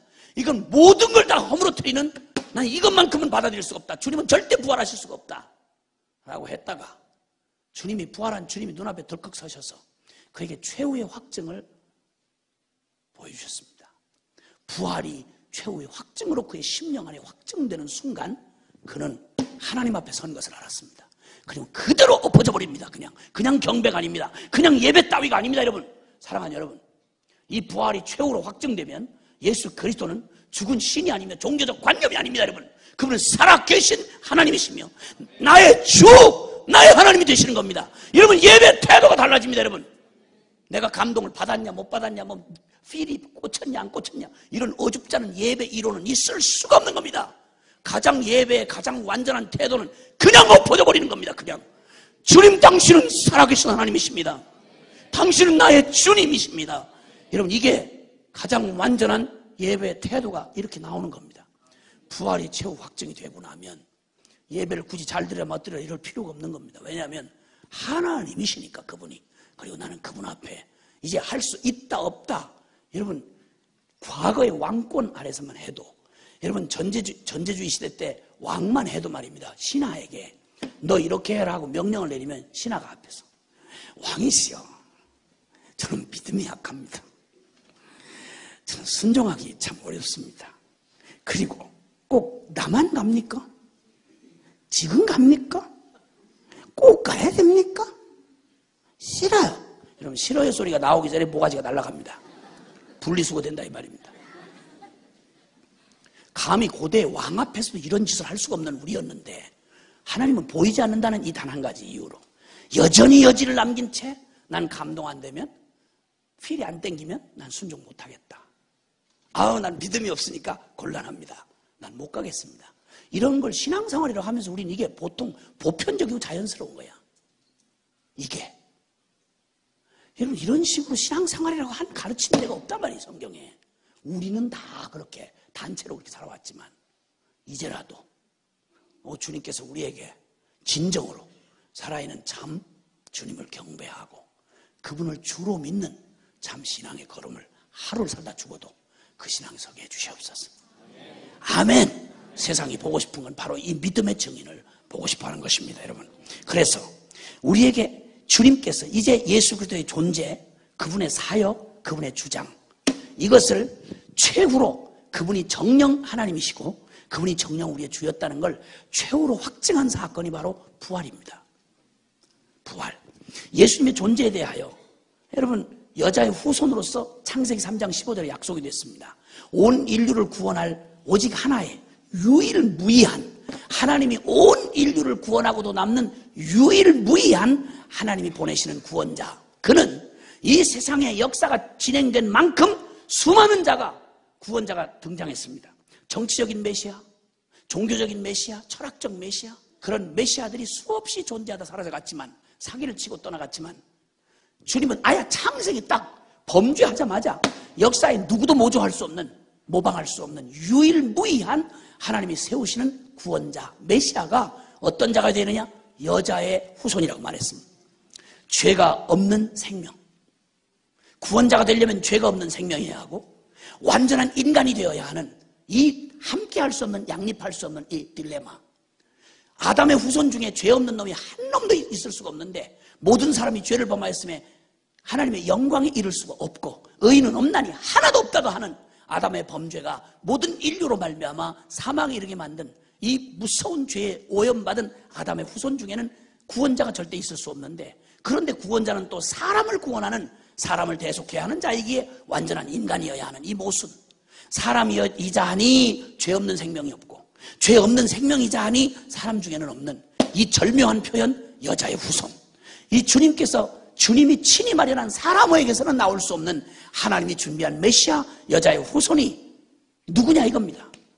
이것을 주님께서 이루어 오시다가 갈라디아서 4장 4절 5절에 때가 참에 하나님께서 그 아들을, 신성을 가지신, 죄와 아무런 상관이 없는 생명을 가지신 신성 하나님이신 하나님의 아들을 죄 있는 육신의 모양으로 이 땅에 보내서 여자에게서 나게 하시고 율법 아래 나게 하신 것은 여자에게서 나게 하신 것은 사람이 되게 하기 위함이요, 율법 아래 나게 하신 것은 율법의 저주에서 우리를 대속하기 위함이요. 그래서 주님이 죄 없는 생명이신 하나님의 아들이 피조물인 마리아의 자궁 속에 오셔서 죄가 없는 생명으로 오시되 우리와 똑같은 나를 대신할 인간이 되시려고 마리아의 자궁 속에 착상되시고 10달을 잉태하시고 그리고 태어나셔서 나와 똑같은 사람, 내가 치러야 할 모든 나의 자격으로 갚아야 할 율법의 저주를 그대로 율법의 의무를 치우실 뿐 아니라 율법의 이 죄의 저주를 고스란히 그 몸에 받으셔서 태중부터 사생아 취급을 받으시고 거절과 외로움과 가난과 멸시와 천대와 그리고 채찍과 율법의 저주인 십자가의 죽으심까지 저와 여러분이 당해야 할 고스란히 저주받은 나의 운명을 고스란히 뒤집어 쓰시고 내가 되어 하나님의 무섭고 추노한 심판을 고스란히 내 이름과 자격으로 완벽하게 치러내시고 받아내신 주님의 이 십자가의 죽음, 그리고 그분이 율법을 온전히 이루시고 율법의 저주인 십자가의 죽음까지 완전히 깨끗이 빚을 다 갚아주신 다음 그리고 주님이 부활로 확증하셨더라 이 말입니다. 아멘. 아멘. 역사 속에 오신 하나님, 인간이 되어 오신 하나님, 그리고 말씀이 육신이 되어 오신 그 주님이 구약의 모든 약속을 성취하신, 성경에 그토록 말씀에 오시던 그 완전하고 유일무이한, 우리를 구원하기에 조금도 허리라도 모자람이 없는 완벽한, 넉넉하게 우리의 죄값을 치우시고 하나님의 심판을 감당해내시고 떳떳하고 완전하게 우리를 구원하실 수 있는 그런 주님의 완전한 구원자가 되어 오신, 말씀이 육신이 되어 오신, 성경이 완성이 되어 오신 바로 그 예수 그리스도, 그분의 존재는 하나님의 아들이셨으며 우리의 영원한 주님이 인정한 여자의 후손이셨습니다. 이것을 확증하신 게 바로 부활이었습니다. 할렐루야. 그래서 주님은 로마서 1장 2절부터 4절에 말씀하기를, 내가 너에게 전한 이 복음, 이것은 선지자들로 이 구약 성경을 통해서 말씀으로 계속 예언해 오신 분이었는데, 혈통으로는, 육신의 혈통으로는 다윗의 자손으로 나셨고, 그리고 성결의 영으로는 그 능력으로 부활하심으로 하나님의 아들로 인정되셨다. 그러므로 예수 그리스도는 우리를 구원하시기 위해서 보내시는 가장 완전한 하나님의 구주이시며, 그분이 완전한 하나님의 속죄의 제물이 되셨다면 우리를 위한 주님의 구속은 완성됐다 이 말입니다.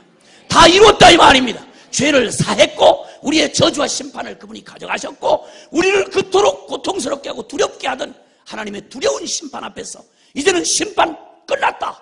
너희의 죄는 사하여졌다.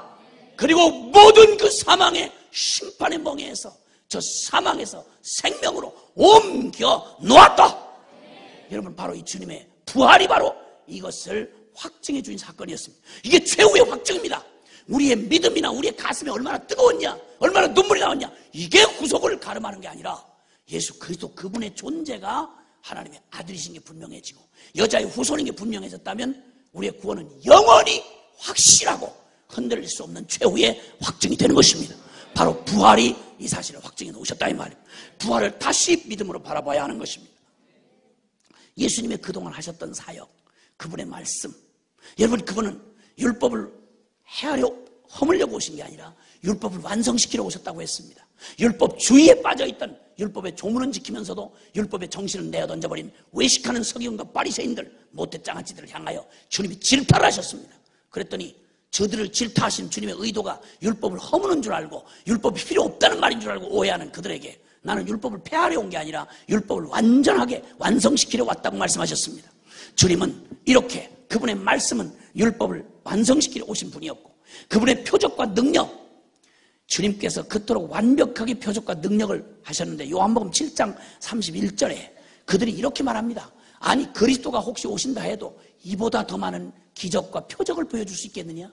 표적이 모자라지 않다. 충분하다. 그분은 표적과 능력으로 주님의 그리스도이심을 온전히 드러내셨습니다. 십자가의 죽음, 주님이 죽으시고 그분이 완성하신 골로새서 2장 19절에서 22절 말씀을 한번 보시겠습니다. 골로새서 2장으로 가시겠습니다. 골로새서 2장입니다. 골로새서 2장 찾으셨으면은, 골로새서 2장 찾으셨으면은 우리 19절부터 22절까지의 말씀을 같이 한번 보시겠습니다. 시작. 시작.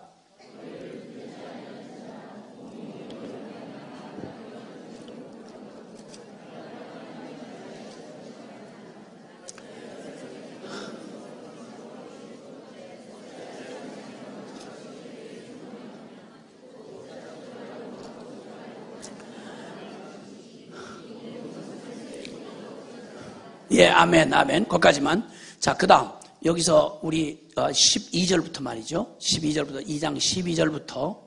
자, 12절부터 우리 15절까지 시작. 너희가 세례로 그리스도와 함께 장사되고 또 죽은 자들 가운데서 그를 일으키신 하나님의 역사를 믿음으로 말미암아 그 안에서 함께 일으키심을 받았느니라. 또 범죄와 육체의 무할례로 죽었던 너희를 하나님이 그와 함께 살리시고 우리의 모든 죄를 사하시고 우리를 거스르고 불리하게 하는 법조문으로 쓴 증서를 지우시고 제하여 버리사 십자가에 못 박으시고 통치자들과 권세들을 무력화하여 드러내어 구경거리로 삼으시고 십자가로 그들을 이기셨느니라. 아멘, 아멘. 예, 주님께서 그분의 사역으로 그분의 하셨던 이 말씀과 표적과 능력 그리고 십자가의 죽음, 이것을 주님, 이 모든 것이 사실이며 실제이며 하나님 앞에 그 받으실 만한 완성된 것이었다는 것을 확증한 게 부활이었습니다. 부활로 그분이 다시 부활하심으로 말미암아서 그분의 모든 말씀은 의미가 그대로 살아나고 그분의 표적과 능력은 그분이 하나님의 아들이셨다는 사실을 정확히 부활로서 최후 확증을 하신 것입니다. 그분의 십자가의 죽음도 헛된 죽음이 아니고 모든 사람들이 이사야 53장의 말씀처럼 그는 자기가 하나님에게 증거를 받고 그냥 죽은 한 시대에 전 유대인으로 처형당한 한 죄수였다라고 그 시대 사람들이 생각했지만 아니요. 그는 실로 우리의 질고를 지고 우리의 슬픔을 당하고 주님의 율법의 저주에 마침이 되셔서 대속의 죽음을 죽으셨다는 것을 확증한 게 바로 부활이었습니다. 예수님이 이제 세 번째 주님의 주장, 나는 하나님과 하나다. 나와 하나님은 하나다. 이건 감히 피조물로서는 누구라도 아무리 간이 배 밖에 나와도 이건 할 수 없는 말입니다. 그래서 예수님을 십자가에 처형하는 그들에게 너희가 무슨 일로 나를 십자가에 못 박으려고 하느냐고 할 때 유대인들이 한 말입니다. 너희의 무슨 다른 죄가 있어서가 아니라 참남함을 인함이로다. 네가 사람이면서 어찌 하나님과 네가 하나라고 하는 이런 참남한 말을 하느냐. 그러니 너 십자가에 죽어야 된다. 그 죄목이 예수님이 하나님이라고 말한, 하나님과 나는 하나다라고 말한 이 참남죄 때문에 십자가에 못 박았습니다. 예수님이 하셨던 말은 오직 하나님만이 스스로 자존하시는 하나님 하신 말을 요한복음에만 약 7가지로 나는 이다, I am that I am, 나는 이다, 이런 말을 할 수 있는 건 스스로 자존하시는 창조자이시고 전능하신 하나님만 하실 수 있는 겁니다. 근데 그 주님은 뭐라고 말하는 거 아니? 나는 빛이다, 나는 생명이다, 나는 길이다, 나는 진리다, 나는 생명수다, 나는 목자다, 나는 포도나무다, 나는 생수다. 할렐루야. 그분이 말씀하신 이 엄청난 주장, 예수 그리스도의 이 주장이 미친 한 광신된 한 종교 지도자에 미쳐서 한 말이 아니고 이 진정으로 그 존재가 그가 말한 그대로 그는 하나님이시며 그는 모든 인류를 생명으로 인도하는 길이며 그는 참 빛이시며 생명이라고 하는 이 모든 주장이 헛되지 않았다는 최후의 확증이 바로 뭐였냐면 목소리를 크게 해서 된 게 아니고 그분이 죽으시고 너는 이런 정신없는 말을 했으니 너 미친 말을 했으니 참난 말을 했으니 죽어라. 죽였다고 하는 말은 그들이 너의 모든 말이 다 사기다 하는 말이었습니다. 그런데 그들의 죽음 뒤에 사흘 만에 부활하심으로 주님의 이 모든 말씀들을 선언들이 실제로 그의 모든 주장이 그대로 다 사실로 살아난 것입니다. 여러분, 그건 모두가 사실입니다. 예수님은 생명이십니다. 예수님은 하나님이십니다. 예수님은 영원하십니다. 예수님 빛이십니다. 여러분, 그러므로 이 부활이야말로 우리의 어떤 종교적 체험이나 우리의 영성이나 우리의 어떤 뜨거운 그런 어떤 감정이나 이 모든 걸 뛰어넘어서 부활이야말로 최후 확증입니다. 예수님의 주장이 다 사실이라면 여러분, 그 주님과 내가, 놀랍게도 성경은 로마서 8장 5절에 이렇게 말씀을 한번 보시죠. 로마서 8장. 로마서 6장, 죄송합니다. 로마서 6장. 로마서 6장 찾으셨으면은 로마서 6장 5절 시작. 만일 우리가 그의 죽으심과 같은 모양으로 연합한 자가 되었으면 또한 그의 부활과 같은 모양으로 연합한 자도 되리라. 아멘. 아멘. 십자가의 복음에 연합한 자는 그의 부활에 연합한 자가 되었다고 선포하시는 것입니다. 여러분, 이 부활하신 주님의 이 권능, 이 부활의 권능의 주님과 내가, 이 부활은 하나님의 아들의 최후 확증이시고 그리고 그분의 권능의 최후 확증입니다. 더 이상 이분의 이 부활이 이 사실이고 이게 진정 실제라면 모든 성경 말씀, 그분을 증언했던 이 구약의 모든 말씀과 신약의 모든 성경 말씀 모두가 다 하나님의 모든 약속이 고린도후서 1장 20절에 하나님의 모든 약속은 얼마든지 그리스도 안에서 이해가 되니 이미 오케이가 되었기 때문에 실제가 되었으므로 우리가 그로 말미암아 아멘하여 하나님 아버지께 영광을 돌리게 되느니라. 여러분, 이제 더 이상 다른 확증을 기다리는 것이 아니라 부활이야말로 우리가 경험할 수 있는 이 땅에 어떤 천둥벼락 같은 무슨 경험을 다 한다 해도 여러분, 부활을 대신할 만한 체험은 없습니다. 여러분, 부활은 최후의 확증입니다. 우리의 신앙의 방황은 이 부활 앞에서 끝장이 나야 합니다. 여러분, 우리의 의심은 여기서 끝장 나야 합니다. 주님은 부활하셨습니다. 여러분, 옆에 계신 분에게 주님은 부활하셨습니다. 할렐루야! 주님이 부활하셨습니다. 여러분, 그렇다면 이 모든 주님의 성경의 모든 진리는 전부 사실 실제이며 내게 실제가 되었습니다. 아멘입니까? 이게 주님이 이뤄놓으신 것입니다. 우리의 믿음의 근거는 바로 이 부활이다 이 말입니다. 이 부활로 말미암아 이제 우리는 더 이상 우리가 검증하고 내가 체험하고 내가 확인한 다음에 이거 사실인가 보네, 이거 내게 실제가 되나 보네, 아니고 여러분, 주님의 부활을 부인할 수 없고 이게 역사적 객관적 실제 사건이 되었다면 여러분, 이제 부활과 동시에 주님과 나의 부활은 함께 이루어질 것이고 이 모든 약속은 내게 전부 실제가 된 것입니다. 살아서 우리에게 실제가 되는 것입니다. 그러니까 주님의 승리는 나의 승리입니다. 주님의 거룩은 나의 거룩입니다. 주님의 지혜는 나의 지혜입니다. 주님의 영원함은 나의 영원함입니다. 주님이 사망 권세를 깨뜨려 버리셨다면 더 이상 나는 사망 권세에 질질 매거나 두려워할 이유가 전혀 없는 것입니다. 그걸 이기려고 생쇼를 할 이유가 없습니다. 주님의 부활 사실만 굳게 붙들면, 이미 이루어진 사실의 최후 확증으로 삼으면 이제 더 이상 사단은 절대 우리에게 사망 권세로 휘두를 수가 없는 것입니다. 그러니까 외침이 나오는 거예요. 사망아, 너의 쏘는 것이 무엇이냐? 사망아, 너의 쏘는 게 뭐냐? 한번 쏴봐라. 내가 쏘는 죄의 권능은 오직 율법이다. 네가 쏘는 이 사망의 권세가 쏘는 건 죄요, 죄의 권능은 율법이라. 좋다. 나는 죄에서, 율법에서 나는 해방되었노라. 내 놈이 쏘는 건 다 이미 해결된 죄뿐이요 율법뿐이다. 나는 거기서 해방되었다. 죄가 나를 주장할 수 없으니 이는 우리가 법 아래 있지 아니하고 은혜 아래 있음이니라. 할렐루야. 아멘. 아멘. 어떤 것도 우리를 결코 정죄할 수 있거나 우리를 흔들어낼 수 없다고 하는 사실을 누가 확증해 놓으시는 거 아니? 부활이 확증하셨다 이 말입니다. 아멘. 아멘. 아멘. 주님의 이 부활하신 주님의 권능이 나의 능력의 근원인 것입니다. 여러분의 밥심도 아니고 여러분의 대단한 영성도 아니고 금식한 결과로 얻어진 확신 따위가 아니라 우리의 확신의 근거는 영원히 달리될 수 없는 바로 그것 참 진리가 되신 예수 그리스도의 부활입니다.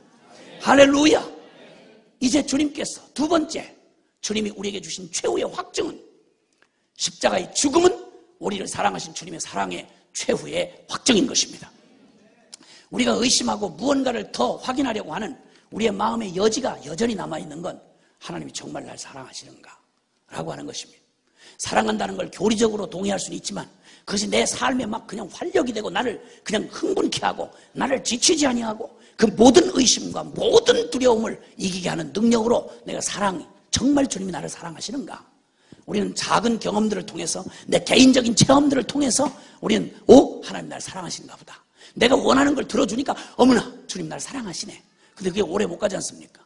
왜냐면 우리의 욕심이 한도 끝도 없기 때문에. 방칸 없을 때 사골새빵이라도 얻게 해주시면 난 너무, 그래서 그 방, 내가 원하는 사골새빵 하나 얻어지고 나면 하룻밤은 주님이 널 어머나 날 사랑하시는구나, 주님 정말 날 사랑하시는구나. 그러다 그 다음에 조금 며칠 지나면 아이씨 사골새빵보다는 전새빵 주셔야 되는데, 그래서 전새빵을 구하다가 만약에 더디, 내 생각보다 더디 주님이 잘 응답을 안 하신다. 어찌하여 나를 사랑하시나이까 사랑하지 않으시나이까 이러고 또 의심하는 거야. 이놈의 사랑 체험을 만약 내가 원하는 욕구에다가 두면 평생 그놈의 사랑의 확증은 최후 확증이 되지 못합니다. 한때 뜨겁고 나를 응답해 주셨어요. 어머나 나를 너무 나만 사랑하시는 것 같아. 이러다 다른 사람도 얻었다 그러면 뭐야? 나만 사랑하시지 알았더니 뭐 이 짓을 하면 이 자아의 이 무적행 같은 욕심을 이걸 기준으로 삼으면 하나님의 사랑의 근거로 삼으려고 하면 여러분 평생 방황하고 평생 쭈밋거리고 평생 흔들립니다 여러분. 그럼 주님의 최후의 사랑의 확정은 뭐냐? 주님 말씀합니다. 요한복음 15장 16절 하면 사랑의 최후 확정은 뭡니까? 그 사랑이 진짜 사랑이다. 변할 수 없는 사랑이다. 영원한 사랑이다. 그 사랑의 최후 확정을 주님은 이렇게 말씀합니다. 요한복음 15장 요한복음 15장 15장 13절 요한복음 15장 13절 시작. 사람이 친구를 위하여 자기 목숨을 버리면 이보다 더 큰 사랑이 없나니. 아멘. 아멘. 사람이 친구를 위해서 자기 목숨을 버리면 이보다 더 큰 사랑이 없다. 여러분 생명 가지고 사는 우리 존재가 누군가를 사랑한다고 하는 최후 확정이 뭐겠습니까? 생명 내주면 그게 최후 사랑 아닙니까? 목숨까지 내준 사랑 외에 뭘 더 사랑을 요구하겠습니까? 그렇죠? 목숨 내준 사랑은 최후의 사랑의 확정이죠. 진짜 나를 사랑했구나 하는 걸 아는 것은 나를 위해 목숨 내준 그 누군가의 희생 때문에 내가 살았다고 하면 그걸 어떻게 더 의심하겠습니까? 아니 의심하려고 태어났나? 그런데도 의심을 한다면 그 빌어먹을 인간이 갈 데가 어디겠습니까 여러분? 여러분 죽음으로 나를 사랑하는 걸 확증했다면 이에서 더 큰 사랑이 없다. 성경도 그래서 주님이 우리를 아가서 8장 6절에는 사랑은 죽음같이 강하다 이렇게 말합니다. 물로도 불로도 끌 수가 없다. 사랑은 죽음같이 강하다. 죽음으로써 드러난 이 사랑 여러분 누구도 못 끕니다. 목숨 내걸고 내 존재 전부를 내준 사랑을 누가 흔들 수 있겠습니까? 그건 죽음이야말로 사랑의 최후 확정입니다. 그럼 하나님의 나를 향한 사랑은 뭘로 확증하시겠습니까? 내가 한때 기도하는데 막 영감으로 느껴지면서 막 부어지는 내적인 평안, 아름다운 냄새, 너무 아늑한 느낌. 주님이 나를 너무 스윗하게 나를 사랑하시나 봐. 귀신아. 그럼 스윗 안 하면 뭐라고 할 건데? 거친 바람으로 거친 바람 부는 들판으로 내모시면 하나님 날 또 버렸다고 할 거 아니에요. 사랑을 그런 것으로 상황으로 조건으로 느낌으로 감정으로 체험으로 이걸 하려고 하는 이 탐심, 이 탐욕, 이 정욕 여러분 이것 가지고는 죽었다 깨어나도 최후의 확정이 될 수 없습니다. 놀랍게도 주님은 우리를 사랑하신 주님의 사랑이 수없는 방법으로 우리에게 표현되었습니다. 고멜처럼 음란한 우리를 호세아되어 끝까지 사랑하는 주님의 처절한 사랑, 표현할 수가 없는 사랑. 작년 말에 이미 말씀들 나눴습니다만 주님이 저희에게 호세아서를 주님 말씀을 주셨습니다. 오라 우리가 여호와께로 돌아가자. 호세아를 통해서 고멜 같은 이스라엘을 부르시는 하나님의 그 사랑에 주님이 그 메시지를 주셔서 우리가 호세아인 줄 알았어요. 그래서 고멜같이 복음을 받았는데 헷갈리고 그리고 또 고멜처럼 돌아다니고 이런 것들 미친 것들 잡으러 다니고 그리고 회복시키는 건 줄 알았어. 그러다가 말씀을 먼저 우리가 받아야 된다 그래서 호세아서 말씀 기도를 들어갔다가 우리가 호세아가 아니라 우리가 고멜이구나 하는 걸 깨달았어요. 너덜너덜 깨졌어요. 우리가 호세아이기 때문에 고멜을 찾아가는 이런 자가 아니라 네가 고멜이라. 그 주님 아니야 너덜너덜 깨지고 우리가 호세아로서 고멜을 찾아가는 게 아닌 고멜보다 더 악하고 더 음란했던 우리의 내면을 샅샅이 또 드러내시는 거예요. 네가 이런 자인데도 우리가 사랑했다. 네가 이런 음란한 고멜인데도 호세아의 심정은 내가 너를 찾아갔고 너를 품었고 너를 끝까지 사랑했다. 배신하고 떠나간 음란하게 나의 사랑을 저버리고 떠나간 너를 그 몸값을 치우고 너를 데리고 와서 못 알아듣는 너를 반역하는 너를 기어이 그 반역을 고치고 그 완전한 반역과 배신과 음란을 그 끝없는 죽음보다도 독한 사랑으로 죽음보다 지독한 사랑으로 내가 너희를 사랑했다. 그 창녀 고멜을 그 끊임없는 무적행 같은 그 정욕과 음란함을 꼭 바보처럼 죽은 자같이 그걸 어떻게 품고 어떻게 용서하고 어떻게 사랑한다고 고백을 하냐 이 말이야. 근데 주님이 호세아 3장 호세아가 이렇게 말씀하죠. 호세아에게 이렇게 말하는 거예요. 너는 가서 저 타인의 사랑을 받아 음부가 된 창녀처럼 그 더러운 몸을 내던지고 너의 그 순전한 사랑을 짓밟아버린 그를 찾아가라. 그리고 이미 딴 자의 그런 음녀가 된 그 여자를 너 찾아가서 그를 먼저는 사랑해라. 죽지 못해서 하지 말고 사랑해라. 어떻게 사랑해? 가능합니까, 여러분? 그게 가능합니까? 나를 배신하고 다른 놈 품에 안겨서 가진 더럽고 나의 순전한 사랑을 그렇게 더러운 창녀의 그 음란함으로 다 짓밟아버린, 여러분, 그걸 잊어버리라는 것도 어려울 일인데 그걸 찾아가서 아무 일도 없는 것처럼 넋이 나간 놈처럼 죽은 놈 아니고야 어떻게 호세아의 명령 그 순종하겠습니까, 여러분? 호세아가 그 무슨 빈 껍데기입니까? 송장입니까? 감정 있는 사람 아닙니까? 아픔이 있는 사람 아닙니까? 산 놈 아닙니까? 근데 완전히 죽은 자처럼, 과거를 기억도 못하는 완전히 기억 상실증 환자처럼 지금도 펄펄 뛰면서 그 음란한 짓을 중단하지 아니하고 그냥 반역하는 그를, 욕설하고 배척하는 그를 끝까지 찾아가서 그의 몸값, 팔아먹은 몸값을, 그 음란한 몸값을 네가 치워주고 데려다가 한마디 못 알아들으면 믿어질 때까지 사랑한다고 고백해.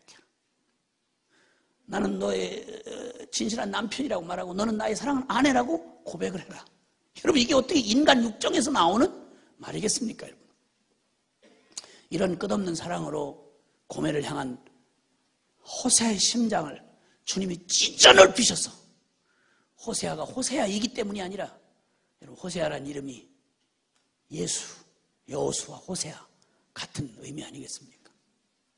자기 백성을 저희 죄에서 구원할 자, 여호와만이 나의 구원, 이런 의미를 가지고 있는, 소망 없는 우리를, 아무것도 선함이나 사랑받을 근거가 요만큼도 없는 우리를 그냥 존재 자체가 사랑이신 하나님이 일방적으로 사랑하다가 그분의 사랑을 최후 확증한 사랑이 바로 뭔고 하니, 로마서 5장 8절 이렇게 가보시죠. 로마서 5장 8절.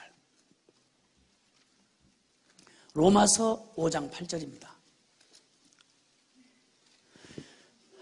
로마서 5장 8절.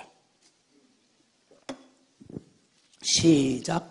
우리가 아직 죄인 되었을 때에 그리스도께서 우리를 위하여 죽으심으로 하나님께서 우리에 대한 자기의 사랑을 확증하셨느니라. 아멘. 돌이키고 무릎뼈가 나오도록 회개하고 통곡을 하고, 내가 죽일 것이었어요, 나같이 더러운 거였어요, 나 죽어 마땅해요, 나 좀 용서해 주세요, 이렇게 10년을 빌어서 회개를 하는 자를 받아주어도 그것도 큰 사랑일 텐데, 사랑을 어떻게 확증했는가 하니, 아직도 죄인 되었을 때, 아직도 배반하고 제 길로, 그 음란한 길로 가고 있는데, 그때 우리가 아직 죄인 되었을 때에 그리스도께서 우리를 위하여 죽으심으로 우리에 대한 하나님의 사랑을 확증하셨느니라. 가장 사랑할 수 없을 그때에 나를 위해 목숨을 내준 사랑이라면, 여러분, 어떤 때에 나를 포기할 일이 있겠습니까? 무슨 일에 의심할 여지가 있겠습니까, 여러분? 내가 돌이켰을 때도 아니고, 내가 무슨 선을 행했을 때도 아니고, 내가 아직 죄인 되었을 때에 우리를 위하여 유일하게 그 길밖에는 살릴 길이 없다는 결론을 최후 확증으로 삼으시고, 주님, 우리가 아직 죄인 됐을 때 우리를 위해서 자기 아들을 죽게 하심으로 우리에 대한 하나님의 사랑이 조건적이거나 상대적이 아니라 존재 자체가 사랑밖에는 다른 생각이 없는 거예요. 사랑 외에는 다른 생각이 없는 거예요. 나는 작은 짧은 인간의 사랑만으로도 전 지금도 지워지지 않는 우리 어머니의 모습을 기억을 합니다. 가끔 저희 형제가, 지금은 고인된 저희 형이 우리 어머니를 무척 괴롭혔습니다. 남편을, 험한 남편 보내고 나서 그 아들이 남편보다 더 흉악한, 남편보다 더 무서운 사람이 돼서 그저 폐륜 자식처럼 그렇게 우리 어머니한테 못할 짓을 했습니다. 난 너무 어처구니 없어. 어머니의 그 분별 없는 그것 때문에 자식 망가뜨리는 거 아니냐. 제발 좀 오시라. 그거 좀 오시라고. 당신 때문에 자식 망가뜨리는 거 아니냐고. 저희 집으로 오라고 해서 정말 못 견딜 지경이 돼서 한번 오신 적이 있습니다. 저희 집에 보따리를 한두 개 가지고. 그날 밤 잠을 못 주무시는 거예요. 그리고 그 다음날 부진 보따리를 싸길래, 왜 그래요, 어머니? 아이고, 그래도 나 거기 가야 되겠다. 맞아 죽어도 나 거기 가야 되겠다. 잠이 안 온다. 내가 잠을 못 자겠다. 내가 없으면 그놈은 또 잠자리. 그렇게도 모진 짓을 하면서도 어머니 없으면, 어머니는 무슨 짓을 해도 거기 있는 어머니니까. 어머니 없는 삶을 생각을 해본 적이 없이 사는 형인 줄 알고, 뭐라고 해도 그렇게 고생하고 욕을 먹어가면서도 하룻밤도, 더 이틀밤도 못 지내요. 그냥 가. 어머니 운명이더라고, 운명.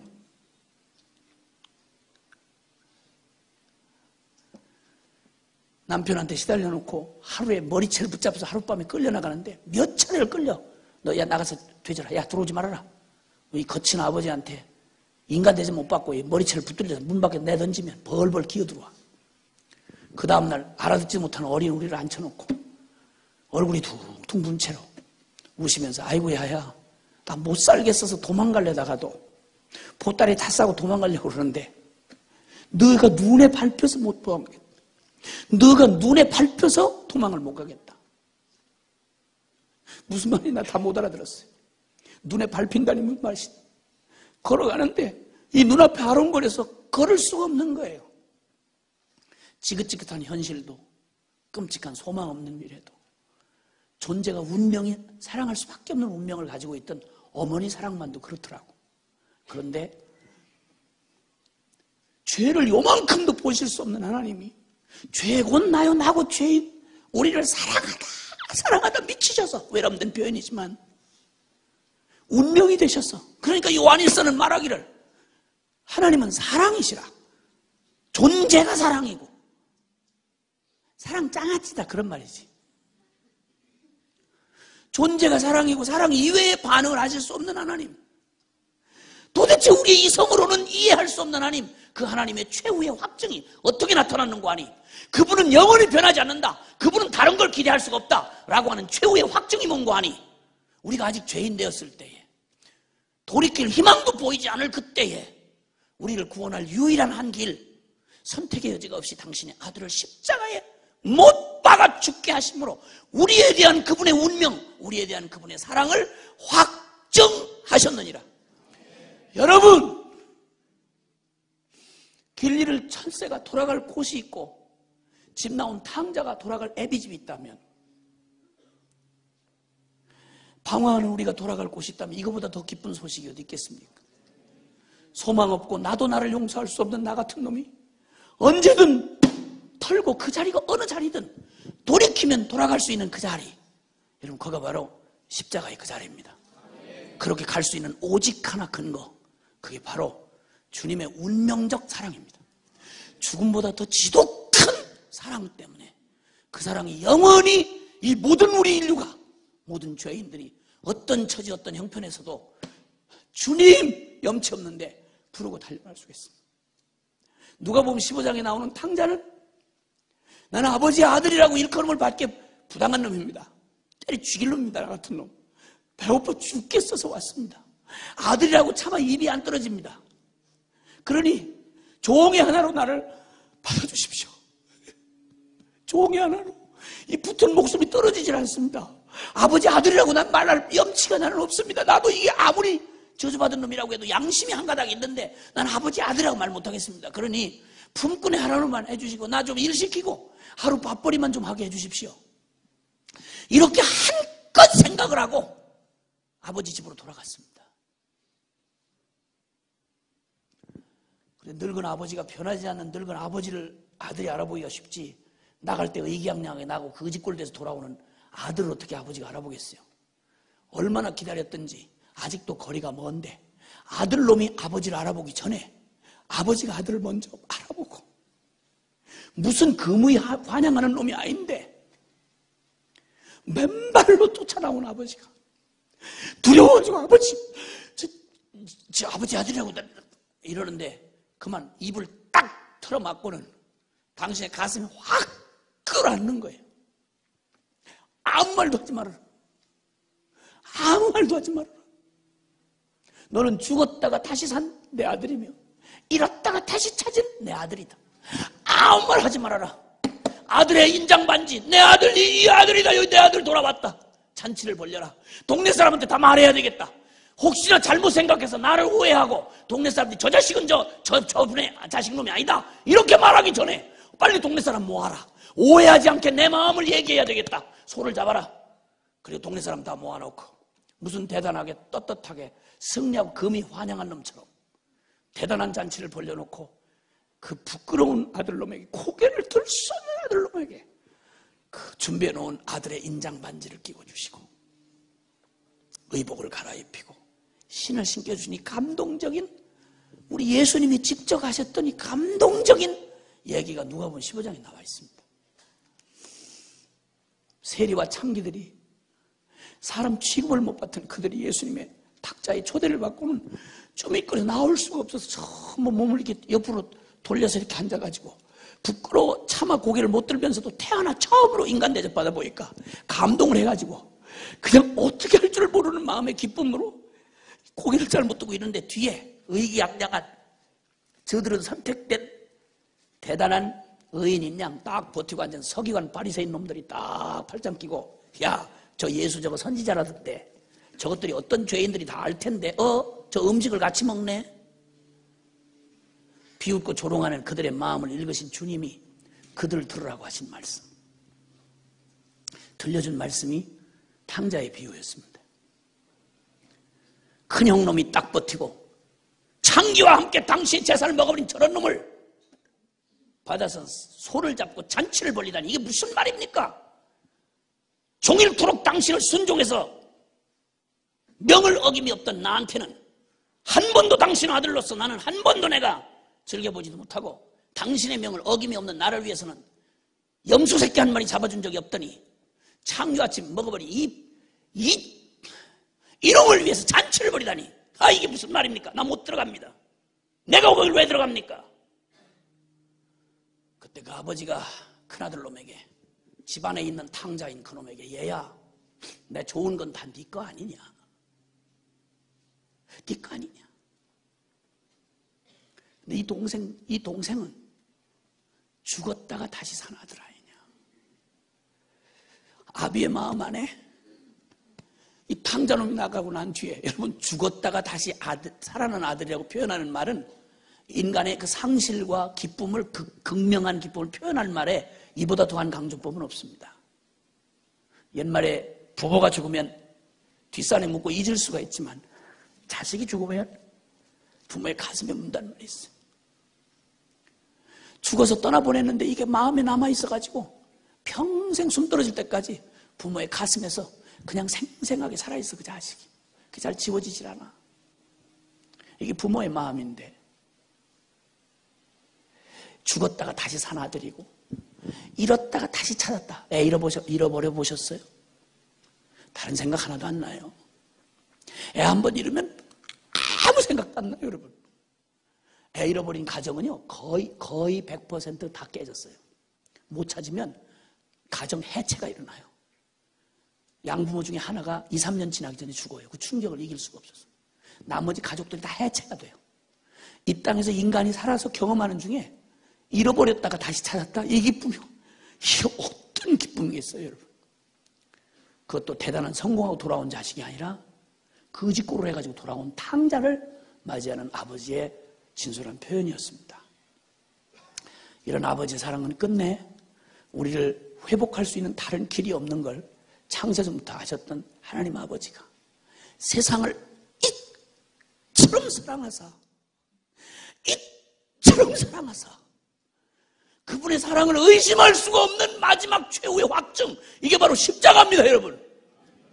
세상에 어떤 종교가 여러분과 저 같은 이런 정말 만물의 찢기 같은 불량품 같은 나를 사랑하다 미쳐서 자신의 아들을 잡아버린 미친 신의 사랑의 얘기를 픽션 소설 주제라도 들어보셨냐 이 말이야. 완전하고 거룩한 하나님, 여러분, 이건 주시는 편에서나 받는 편에서나 여러분 동일하게 최후의 확정입니다. 여러분이 만약 주님을 사랑해서 여러분의 목숨을 내놓았다고 그러면 여러분이 주님을 향하여 드릴 수 있는 최후의 것을 드린 겁니다. 믿음의 조상 아브라함의 믿음이 최후로 시험을 받은 게 모리아산에서 100살에 난 아들을 잡아 바치라는 주님의, 설명할 수 없는 주님의 명령에 아들을 갖다 바치러 모리아산에 끌고 올라가서 100살에 난 자식을, 눈에 넣어도 아프지 않을 자식을 향하여 칼을 썩 뽑아듭니다. 그때 하늘의 하나님이 감동을 하셔가지고 아브라함아 아브라함아 아브라함아 급히 부르시면서 손대지 말아라. 네가 내 사랑하는 독자 아들 이삭을 아끼지 아니하고 내게 바쳤으므로 네가 나를 경외함을 이제야 알았노라. 확정되었노라 이 말입니다. 사랑하는 여러분, 사랑은 주는 편 받는 편 양자 모두에게 죽음은 최후의 확정입니다. 여러분 주님 사랑하십니까? 복음의 능력이 우리의 삶에서 최후의 확정이 되고 결론이 되는 이 일에 주님 말합니다. 누구든지 날 따라오려면 네가 네 목숨 구원고자 하면 잃을 것이고 네가 나를 위하여 내 목숨을 잃으면 네가 얻으리라 말씀합니다. 죽음은 사랑의 최후의 확정입니다. 근데 주님께서 이 십자가를 통해서 우리의 사랑의 최후의 확정을 못을 박으셨습니다. 아무도 의심할 수 없도록, 누구도 의심할 수 없도록, 사랑 같지도 않은 거칠게 자라서 사랑이 뭔지도 잘 모르는 저 같은 놈만 해도 애를 낳으면 저절로 애비가 됩니다. 그러면 굳이 대단한 용기나 다른 믿음 없어도 주님 내가 두려워서 순종하지 못할 때 다루신 게 꼭 자식을 통해 다루셨습니다. 두려워 못 가겠다고 자식의 등을 떠미는 내 모습을 눈앞에 보여주시고, 나는 두려워서 못 가는데 내 자식은 주의 종으로 바쳤다고 떠벌리고 돌아다니던 제 모습을 시청각으로 보여주시고, 그걸 보는데 내가 어떻게 그걸 너는 가고 나 무서워서 그거 못 가니 니나 가라 어떻게 이렇게 하겠냐는 말. 대단한 사랑 없어도 두려움이 많아도 여러분 그렇게는 못하겠습니다. 여러분 못 보냅니다. 저길 어떻게 보냅니까? 내가 10번 가면 같이 저길 어떻게 보냅니까? 못 보냅니다. 악을 쓰고 발악을 하고 더 울 힘도 없이 지칠 때까지 내버려 두셨던 주님이 한마디에 딱 깨져서 두 손 들고 지금 이렇게 주의 종이 됐습니다. 너는 네 사랑 같지도 않은 네 사랑으로도, 네 사랑 같지도 않은 애비 사랑으로도 네 자식 대신 10번 네가 가면 갔지 네 자식 못 보낸다고 그랬지. 그러면 너에게 네 아들보다 내가 너를 위해서 보내준 내 아들을 더 소중하지 않느냐고. 더 긴 말을 할 수가 없었습니다. 어떻게 더 무슨 말을 더 하겠습니까? 못합니다. 굳이 따로 느끼고 자시고 할 것도 없습니다. 자식 저 현장에다 내보내놓고 나면 지도 펼치면 거기부터 먼저 가면 눈이 이렇게. 여러분 아무 감동 없이 뉴스에 들어도 아무 감동 없는 그곳에 만약 내 자식 가 있는 그 나라에 뭐가 생겼다 그러면 대한민국 사람 다 편안히 발 뻗고 잘 때 난 마음에 편히 살 수가 없습니다. 연평도 포격 사건 났을 때 여러분 편히 다 주무시기 쉽지는 않으셨겠지만 감동이 다르죠. 왜냐하면 내 자식이 거기 포부대에 가 있으니까. 계속 버티는 국방장관의 발표, 계속 버티겠다고 하는 그 발표에는 심정적으로 나도 그러고 싶은데 거기부터 먼저 공격을 하는 그 지점에 아들놈이 있다는데 도대체 이걸 그냥 있을 수가 있어야죠. 느끼고 자시고 말고 할 이유가 없습니다. 여러분 정이 궁금하시면 여러분 가장 귀한 자식 한번 내보내보라고. 어디가 한번 내놔보라고. 긴 거 없습니다. 긴 말 필요 없습니다. 여러분 가장 소중한 거, 여러분 생명 그 건들면 생명이 반응하는 그거 한번 내놔보라고. 그런 긴 말 필요 없습니다. 죽음은 사랑의 최후 확정입니다. 하나님이 세상을 이처럼 사랑하사 독생자를 주셨으니 그 주님의 사랑을 받은 주의 백성들은 기독교 2000년 역사에 사랑하는 주님 따라가다가 죽음이 요구되면 그들이 용기가 있거나 우리하고 달라서가 아닙니다. 사랑은 죽음같이 강하다고 말했습니다. 죽음도 못 막는단 말이에요. 사랑하면 죽음도 못 막습니다. 양이 그렇게 겁이 많다가도요, 이 겁이 많고 고집이 센 양무리를 저 실개천이 많은 저런 몽골이나 이런데 넓은 들판에서 양떼를 데리고 가려면 고집이 세서 이 여러 마리를 움직일 수가 없어요. 그럴 때 지혜로운 목동이 어떻게 하냐면 새끼를 달린 양 있잖아요. 어미양. 새끼를 데리고 다니는, 금방 난 지 얼마 안 된 양을 데리고 다니는 어미양의 새끼를 얼른 뺏어 드는 거예요, 목동이. 그리고 물을 그렇게 무서워하는 양 앞에서 첨벙첨벙 겨울을 건너가 버리는 거야. 그러면 이게 새끼 뺏긴 양은 그냥 새끼밖에 안 보여. 그 두려워서 못 들어가는 물을 새끼 데리고 가는 목동 쳐다보고 막 자기도 모르게 자석에 끌리지 들어가는 거야. 그럼 양이 또 특징이 누가 한 마리 들어가면 물로 들어간다. 우리하고 얼마나 많이 달라봤는지 몰라. 하나님 우리의 마음을 고정시키시려고 야곱의 편집증 같은 야곱이 오직 라헬만 미쳐가지고 그렇게 라헬에 미쳐가지고 7년 동안 연애하다가 결혼했잖아요. 그 불행했던 가정이 시작되고 나서 너무 편집증적으로 라헬만 주목하니 야라헬 먼저 데려가 버리셨어. 하늘나라로. 그럼 시선이 저절로 하늘나라로 가는 거지.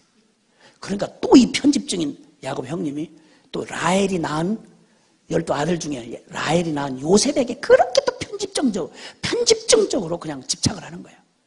요셉을 형들이 다 팔아서 어디로 없애버렸어. 그러니까 할 수 없이 또 시선이 어딘가 없어지는, 하늘나라 가서 죽었다고 그러니까 그리고 갈 수밖에. 지독하게 땅으로 계속 처박는 야곱의 머리를 들게 하는 건 그의 마음이 온통 달린 그의 사랑하는 것들을 옮겨버리시는 거예요. 여러분 너무 주님 말고 다른 거에 집착하면 그걸 이렇게 가져가지는 수가 있다 이거지.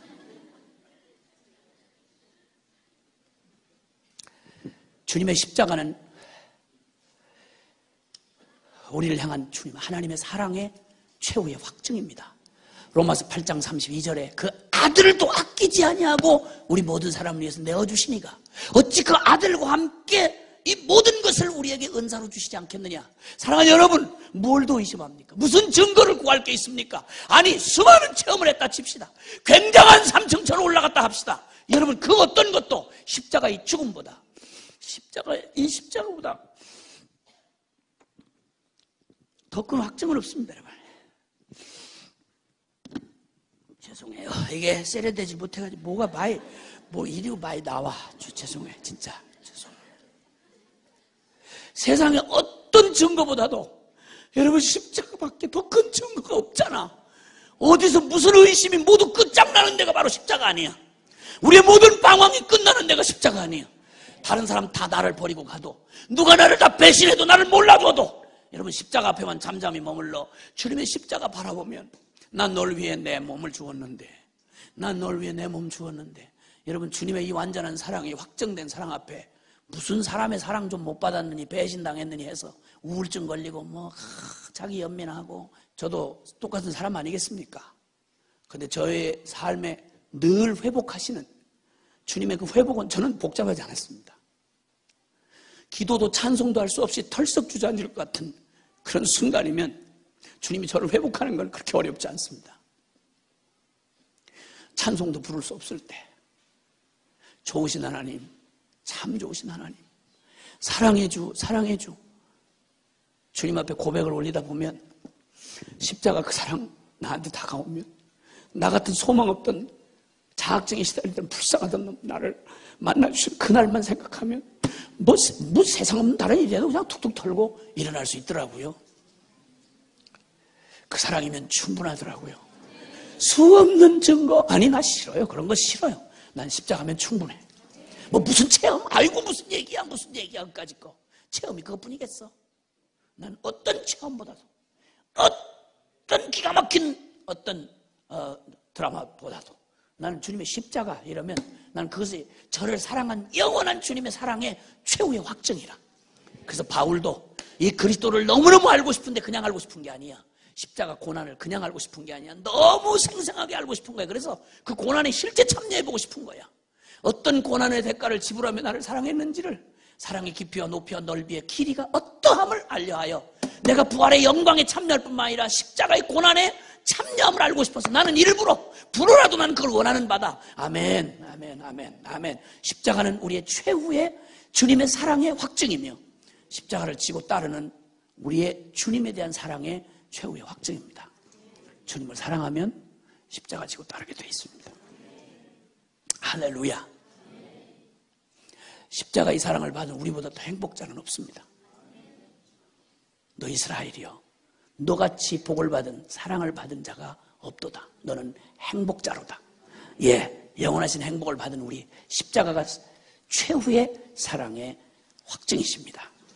이 십자가는 진리가 아닌 것, 진리에 못 미치는 것, 모든 것들을 흔들어서 진리가 아닌 모든 것들을 시험하여 드러내십니다. 여러분, 십자가의 복음으로 우리를 초대하시는 건 하나님이 우리를 향한 그 순전한 사랑을 우리에게 순전한 그릇에 담아주시기 위함이고, 또 십자가의 사랑은 우리가 주님을 향한 우리의 사랑을 아주 순결하게 하십니다. 꼭 불로 연단한 금처럼 불이 가짜 진짜를 다 드러내듯이 연단하여, 금을 연단하면 순금으로 그 연단하여 잡티를 다 없애고 순금으로 만들듯이 주님을 향한 사랑, 주님이 우리에게 주신 이 순전한 사랑이, 최후의 확정된 이 사랑이 우리에게 영원케 하시기 위하여 십자가는 우리에게 모든 것들을 흔들어서, 어차피 흔들릴 것들을 흔들어서 허물어버리시고 영원한 순결한 것들을 세우시는 그러한 능력을 우리에게 발휘해 주십니다. 이 십자가는 동기가 순전하게 걸러지고, 그리고 인간과 땅과 잠깐의 것들, 즉 육에 속하고 세상에 속한 것들을 완전히 죽음으로 몰아넣으시고, 이제는 오직 하나님께 속한 것, 하늘의 것, 영원한 것들만이, 순전하고 견고하고 하나님의 수준의 것들만이 우리에게 남게 하시는 능력이 있습니다.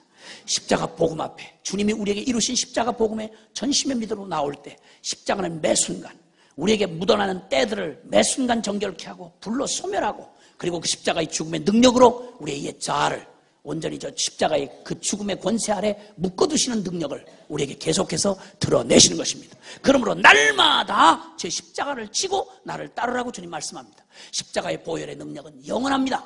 근데 그 영원한 보혈의 능력을 매 순간 모든 상황에서 우리가 누리는 우리의 믿음은 매일 매 순간이어야 합니다. 할렐루야.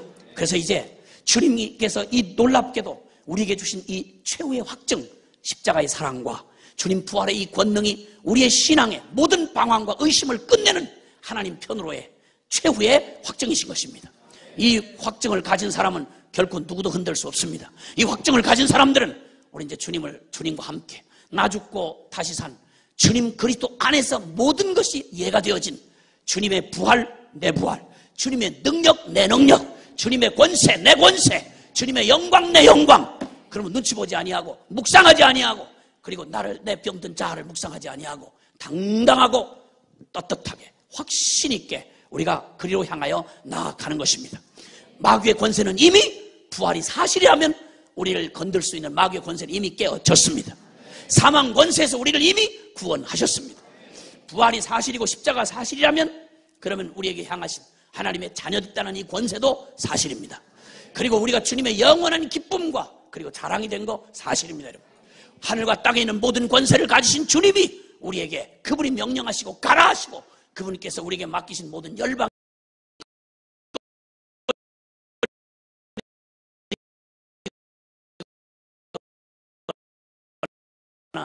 방황하거나 의심하거나 다른 것에 우물쭈물하지 마시고 이 최후의 확증을 가진 자답게 십자가의 사랑의 확증이요 부활의 권능의 확증, 이것을 이뤄놓으신 주님의 이 확증이 우리의 믿음의 근거가 되게 하십시오. 그리고 나아갈 때 하나님은 이 영광의 행진을 주님의 권세, 이름의 권세로 승리케 하실 것입니다. 다시 복음 앞에가 이제 한 달 남짓 남았습니다. 주님께서 7지역 지금 순회를 하고 있는 중입니다. 기도해주고 계시지요? 함께 싸워주고 계시지요? 복음기도 동맹군으로 함께 서주시기를 바랍니다. 이제 더 이상 이제 우물쭈물할 때가 아닌 것입니다. 12월 13일부터 이곳에서 우리 함께 여기서 같이 밤에 같이 여기서 자고 바닥에서 자고, 그리고 또 이 가까이 계신 분들은 출퇴근을 하긴 해야 되지만 어쨌든 새벽부터 저녁까지 하여튼 지금 그 일을 위해서 여기 전관이 꽉 차도록 모든 여기 6층 전체가 다 1층부터 시작해서 지하 4층까지 모든 것이 꽉꽉 들어차도록, 그러면 한 5,000명 된다는데 5,000명 각계각층에 복음에 증인된 사람들이 함께 모여서 주님의 이 부활의 확증과 그리고 십자가의 사랑의 확증으로 세워진 사람들이 온 세상 열방을 향해서 당당하게 우리에게 이루신 주님의 이 확증된 사랑과 권능을 증언해야 할 것입니다. 그리고 이제는 더 이상 이 모독하고 교회를 비웃고 조롱하는 이 세대를 향해서 구차하게 변명 들어놓지 맙시다. 어쩌면 그것들이 모두 다 우리에게 향한 주님의 질타일 수도 있습니다.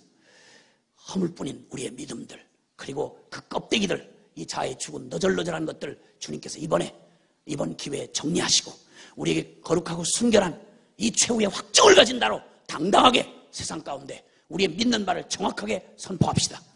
우리는 더 이상 더도 덜도 아니다. 십자가를 부끄러워하지 아니하고 복음과 운명이 함께 된 사람, 너가 뭐라고 환영해주든 인정해주든 상관없이 이 세상을 이처럼 사랑하신 주님의 복음 이상도 이하도 될 수 없는 십자가 부활의 이 복음 굳게 붙잡고 복음 기도면 충분한, 복음이면 다인, 예수면 전부인 이러한 정인으로 함께 행진해 가기로 선포하고 그리고 출정하는 원년이 되었으면 합니다. 등록하셨나요? 등록하신 분 한번 손 들어보세요. 여기 있는 분들이 거의 다 했네. 손 내려보시고. 등록 안 하신 분. 괜찮으세요? 괜찮아. 아니 그 무슨 잘못한 것도 아니고 아무것도 아니고 오늘 저녁 가서 하시면 된다 이 말입니다. 감사합니다. 손 내리세요. 왜냐하면 여러분이 정인이 되셔야 합니다. 그리고 모든 곳에서 이제 복음을 정말 소중히 생각하는 사람들, 복음을 정말 내 생에 가장 소중한, 내 목숨보다 더 사랑하는 사람들, 이런 분들이 함께 이 교회 때문에 지금 하도 욕을 하고 막 비아냥거리고 난리를 치던 매스컴들이 갑자기 한 교회를 주목해가지고 카바 스토리를 만들어가지고 춘천에 있는 저 어떤 교회, 다른 얘기도 아니고 십자가 복음이 다 결론이 됐다 이러면서 그렇게 하는 우사를 고쳐가지고 만든 한 교회를 막 그냥 동아일보 뭐 이런 막 일간신문에서, 내가 지금까지 본 중에 나는 일간신문에서 그렇게 고백을 그대로 복음이 마지막 희망이다, 뭐 복음면 된다, 뭐 십자가가 뭐 어떻다, 이런 얘기를 그렇게 고스란히 인터뷰한 내용을 고스란히 실어주는 예를 처음 봤습니다. 유수한 TV와 또 이런 일간지에서 이것도 뭐 어느 구석으로 하는 게 아니라 표지 모델로 그 시골에 있는 목사 한 분을 표지 모델로, 무슨 뭐 인기인도 아니고 정치인도 아니고 시골에 목사 한 사람을 그렇게 막 카바 스토리를 막 갖다가 다루고 있는 거예요. 무슨 얘기인 거 아니? 십자가면 충분하다, 부활의 복음이다 뭐 이러고 외치는 이 얘기를, 진짜 교회가 있다, 지금도 기독교의 핵심적인 진리를 따라서 사니까 교회가 되더라, 사람들이 변하더라, 이 사회의 마지막 해답이 되더라, 이런 식으로 막 갖다가 막 폰으로 놓는 거예요. 여러분, 이제 주님께서 이 마지막 때 이 땅에 뭐라고 비아냥거려도, 그리고 우리가 어떤 부끄러운 모습이었다 할지라도 이제야말로 십자가 복음의 깃발을 높이 들어야 될 때입니다. 우리 함께 이 역사적 소명 앞에 우리 함께 서셔서 주님이 우리를 부끄러워하지 아니한 바로 우리 주님 그 이름을 우리가 높이며 함께 주님 앞에 나아갔으면 좋겠습니다. 할렐루야. 기도하겠습니다.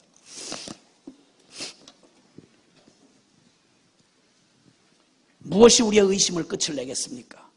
무엇에 우리의 방황을 끝을 내려고 기대하십니까? 주님은 우리의 영원한, 우리가 경험할 이 땅에 어떤 걸 다 모아도 우리 어떤 체험으로 바꿀 수 없는 완전한 확증을 십자가로 그 사랑을 확증하셨고 부활로 그 권능을 확증하셨습니다. 살아계신 예수 그리스도, 그리고 그분의 모든 약속과 사역과 그 십자가 모두가 다 실제가 되어진 이 부활의 확증, 이것으로 이제 우리의 삶은 확증됐습니다. 이젠 당당하게, 그들이 결국 믿지 못하더라, 의심하고 너 어찌하여 두려워하며 어찌하여 의심하였느냐. 사랑하는 여러분, 복음의 확증을 닻을 내리지 못한 채 두려워하며 의심했던 우리의 부끄러운 모습을 주님 앞에 내어놓읍시다. 그리고 정말 주님 내 영혼 안에 비춰주셔서, 이게 자연스러운 게 아니라 믿지 않는 악심이요 또 우리 다른 것을 찾는 음란한 마음인 것을 주님 인정하고, 주님 내가 다른 확증을 구하고 다른 것으로 방황하고 표류했던 내 마음 믿음 없음을, 의심으로 가득 찬 나의 심령이 주님 얼마나 악한 것이었는지를 주님 앞에 회개하며 주님 기도하고 나아갈 때, 주여 이제 내가 더 이상 다른 확증을 구할 것이 아닌 가장 완전한 주님의 확증, 사랑의 확증 십자가, 그리고 주님 권능의 확증 부활, 이거면 충분하고 이러면 내가 주님 앞에 달려나가겠습니다. 우리 함께 주님을 향하여 그분을 높이고 그분의 십자가를 자랑하겠습니다 하는 믿음으로 우리 두 손을 좀 높이 들고 세상을 향하여 이 두 손을 펼치고 주님을 향하여 우리의 두 손을 들고 주님 앞에 우리의 회개와 우리의 고백과 선포를 주님 앞에 동성으로 기도했으면 좋겠습니다. 다 같이 주여 간절히 부르고 기도합시다. 주여! 주여! 주여! 사랑하시는 주님, 영원한 사랑의 확증 십자가, 영원한 권능의 확증 부활, 주님, 방황하고 의심하고 주밋거리고 주저거리고 포기하고 뒤로 물러섰던 우리의 믿음 없음을 불쌍히 여겨 주시옵소서. 우리의 의심을 불쌍히 여겨 주시옵소서. 오 주님, 우리를 긍휼히 여겨 주시옵소서. 주님, 주님, 예수 부활 내 부활, 예수 생명 내 생명. 주님, 주저하지 아니하고 자기를 부인하고 주님 십자가 지고 주님 따르는 이 거룩한 초대 앞에 망설였던 우리를 용서해 주시옵소서.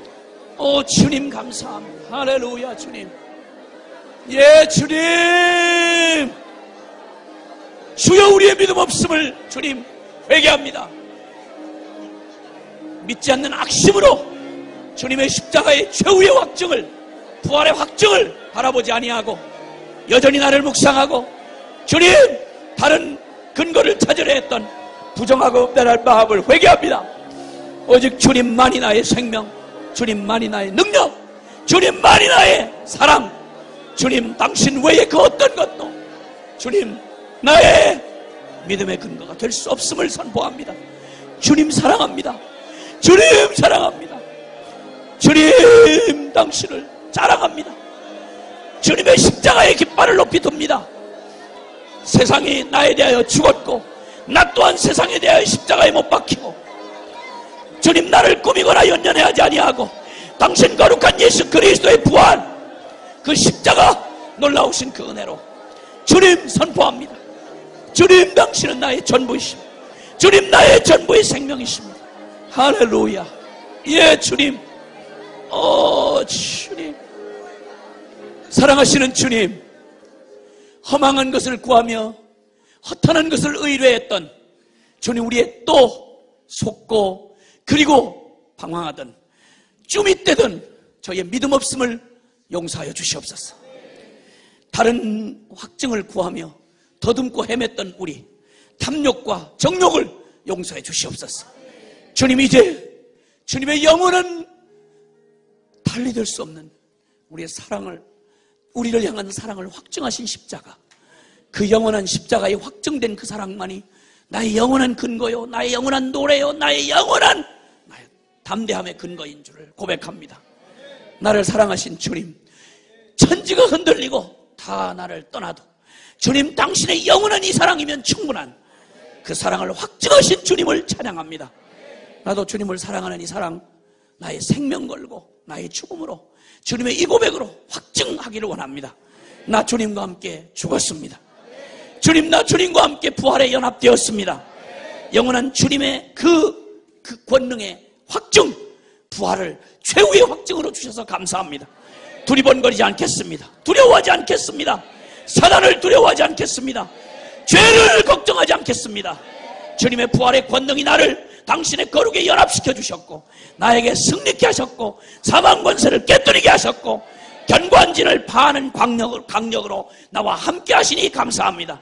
주님의 권능 내 권능, 주님의 그 능력 내 능력, 주님의 거룩 나의 거룩, 주님의 권세 나의 권세. 주님, 나는 주님과 함께 사단을 이겼습니다. 주님, 나는 주님과 함께 열방을 유업으로 받았습니다. 주님, 나는 주님과 함께 주님 승리로 이 땅에서 당신의 십자가의 깃발을 높이 들려올 것입니다. 주님, 나를 얽매고 있던 근심과 염려와 두려움, 오늘 이 밤에 주님의 십자가 앞에 내어 던집니다. 더 이상 염려는 나의 것이 아닙니다. 더 이상 두려움은 나의 것이 아닙니다. 나를 얽매고 있는 나의 질병 떠나갈지어다. 나를 얽매고 있는 모든 얽혀진 사건들 풀어질지어다. 나를 위협하고 유혹하고 나를 넘어뜨리는 이 더러운 죄악과 정욕과 탐욕, 주님의 십자가에 영원히 끝장났음을 선포한다. 주님, 나의 미래에 대한 두려움 결코 나의 것이 아님을 선포합니다. 주님은 나의 영원한 기업이고 나의 방패이십니다. 다시 복음 앞에 섭니다. 십자가와 부활의 최후의 확증이 나의 마지막 확증이 되었습니다. 더 이상 흔들림이나 염려나 방황 있을 수 없습니다. 주저거림이 있을 수 없습니다. 주님과 함께 뚜벅뚜벅 진리의 그 길을 걸어가겠습니다. 부활 생명으로 이 땅을 정복하겠습니다. 주님 영광을 받아 주시옵소서. 다시 복음 앞에 이번 또 12월 대성회를 주님 축복해 주시고 복음의 증인들을 수없이 일으켜 주옵소서. 그리고 온 땅에 보내시옵소서. 그들이 이르는 모든 영역마다 살아나게 하여 주시옵소서. 부활의 이 놀라운 복음이 증거되는 곳마다, 십자가의 권능이 선포되는 곳마다 자유가 있게 하시고 평안이 있게 하시고 승리가 있게 하여 주시옵소서. 거룩이 회복되게 하여 주옵소서. 우리에게 승리를 주신 주님을 찬양합니다. 주님이면 충분합니다. 우리 구주 예수 그리스도의 이름으로 기도하옵나이다. 아멘. 할렐루야. 아멘.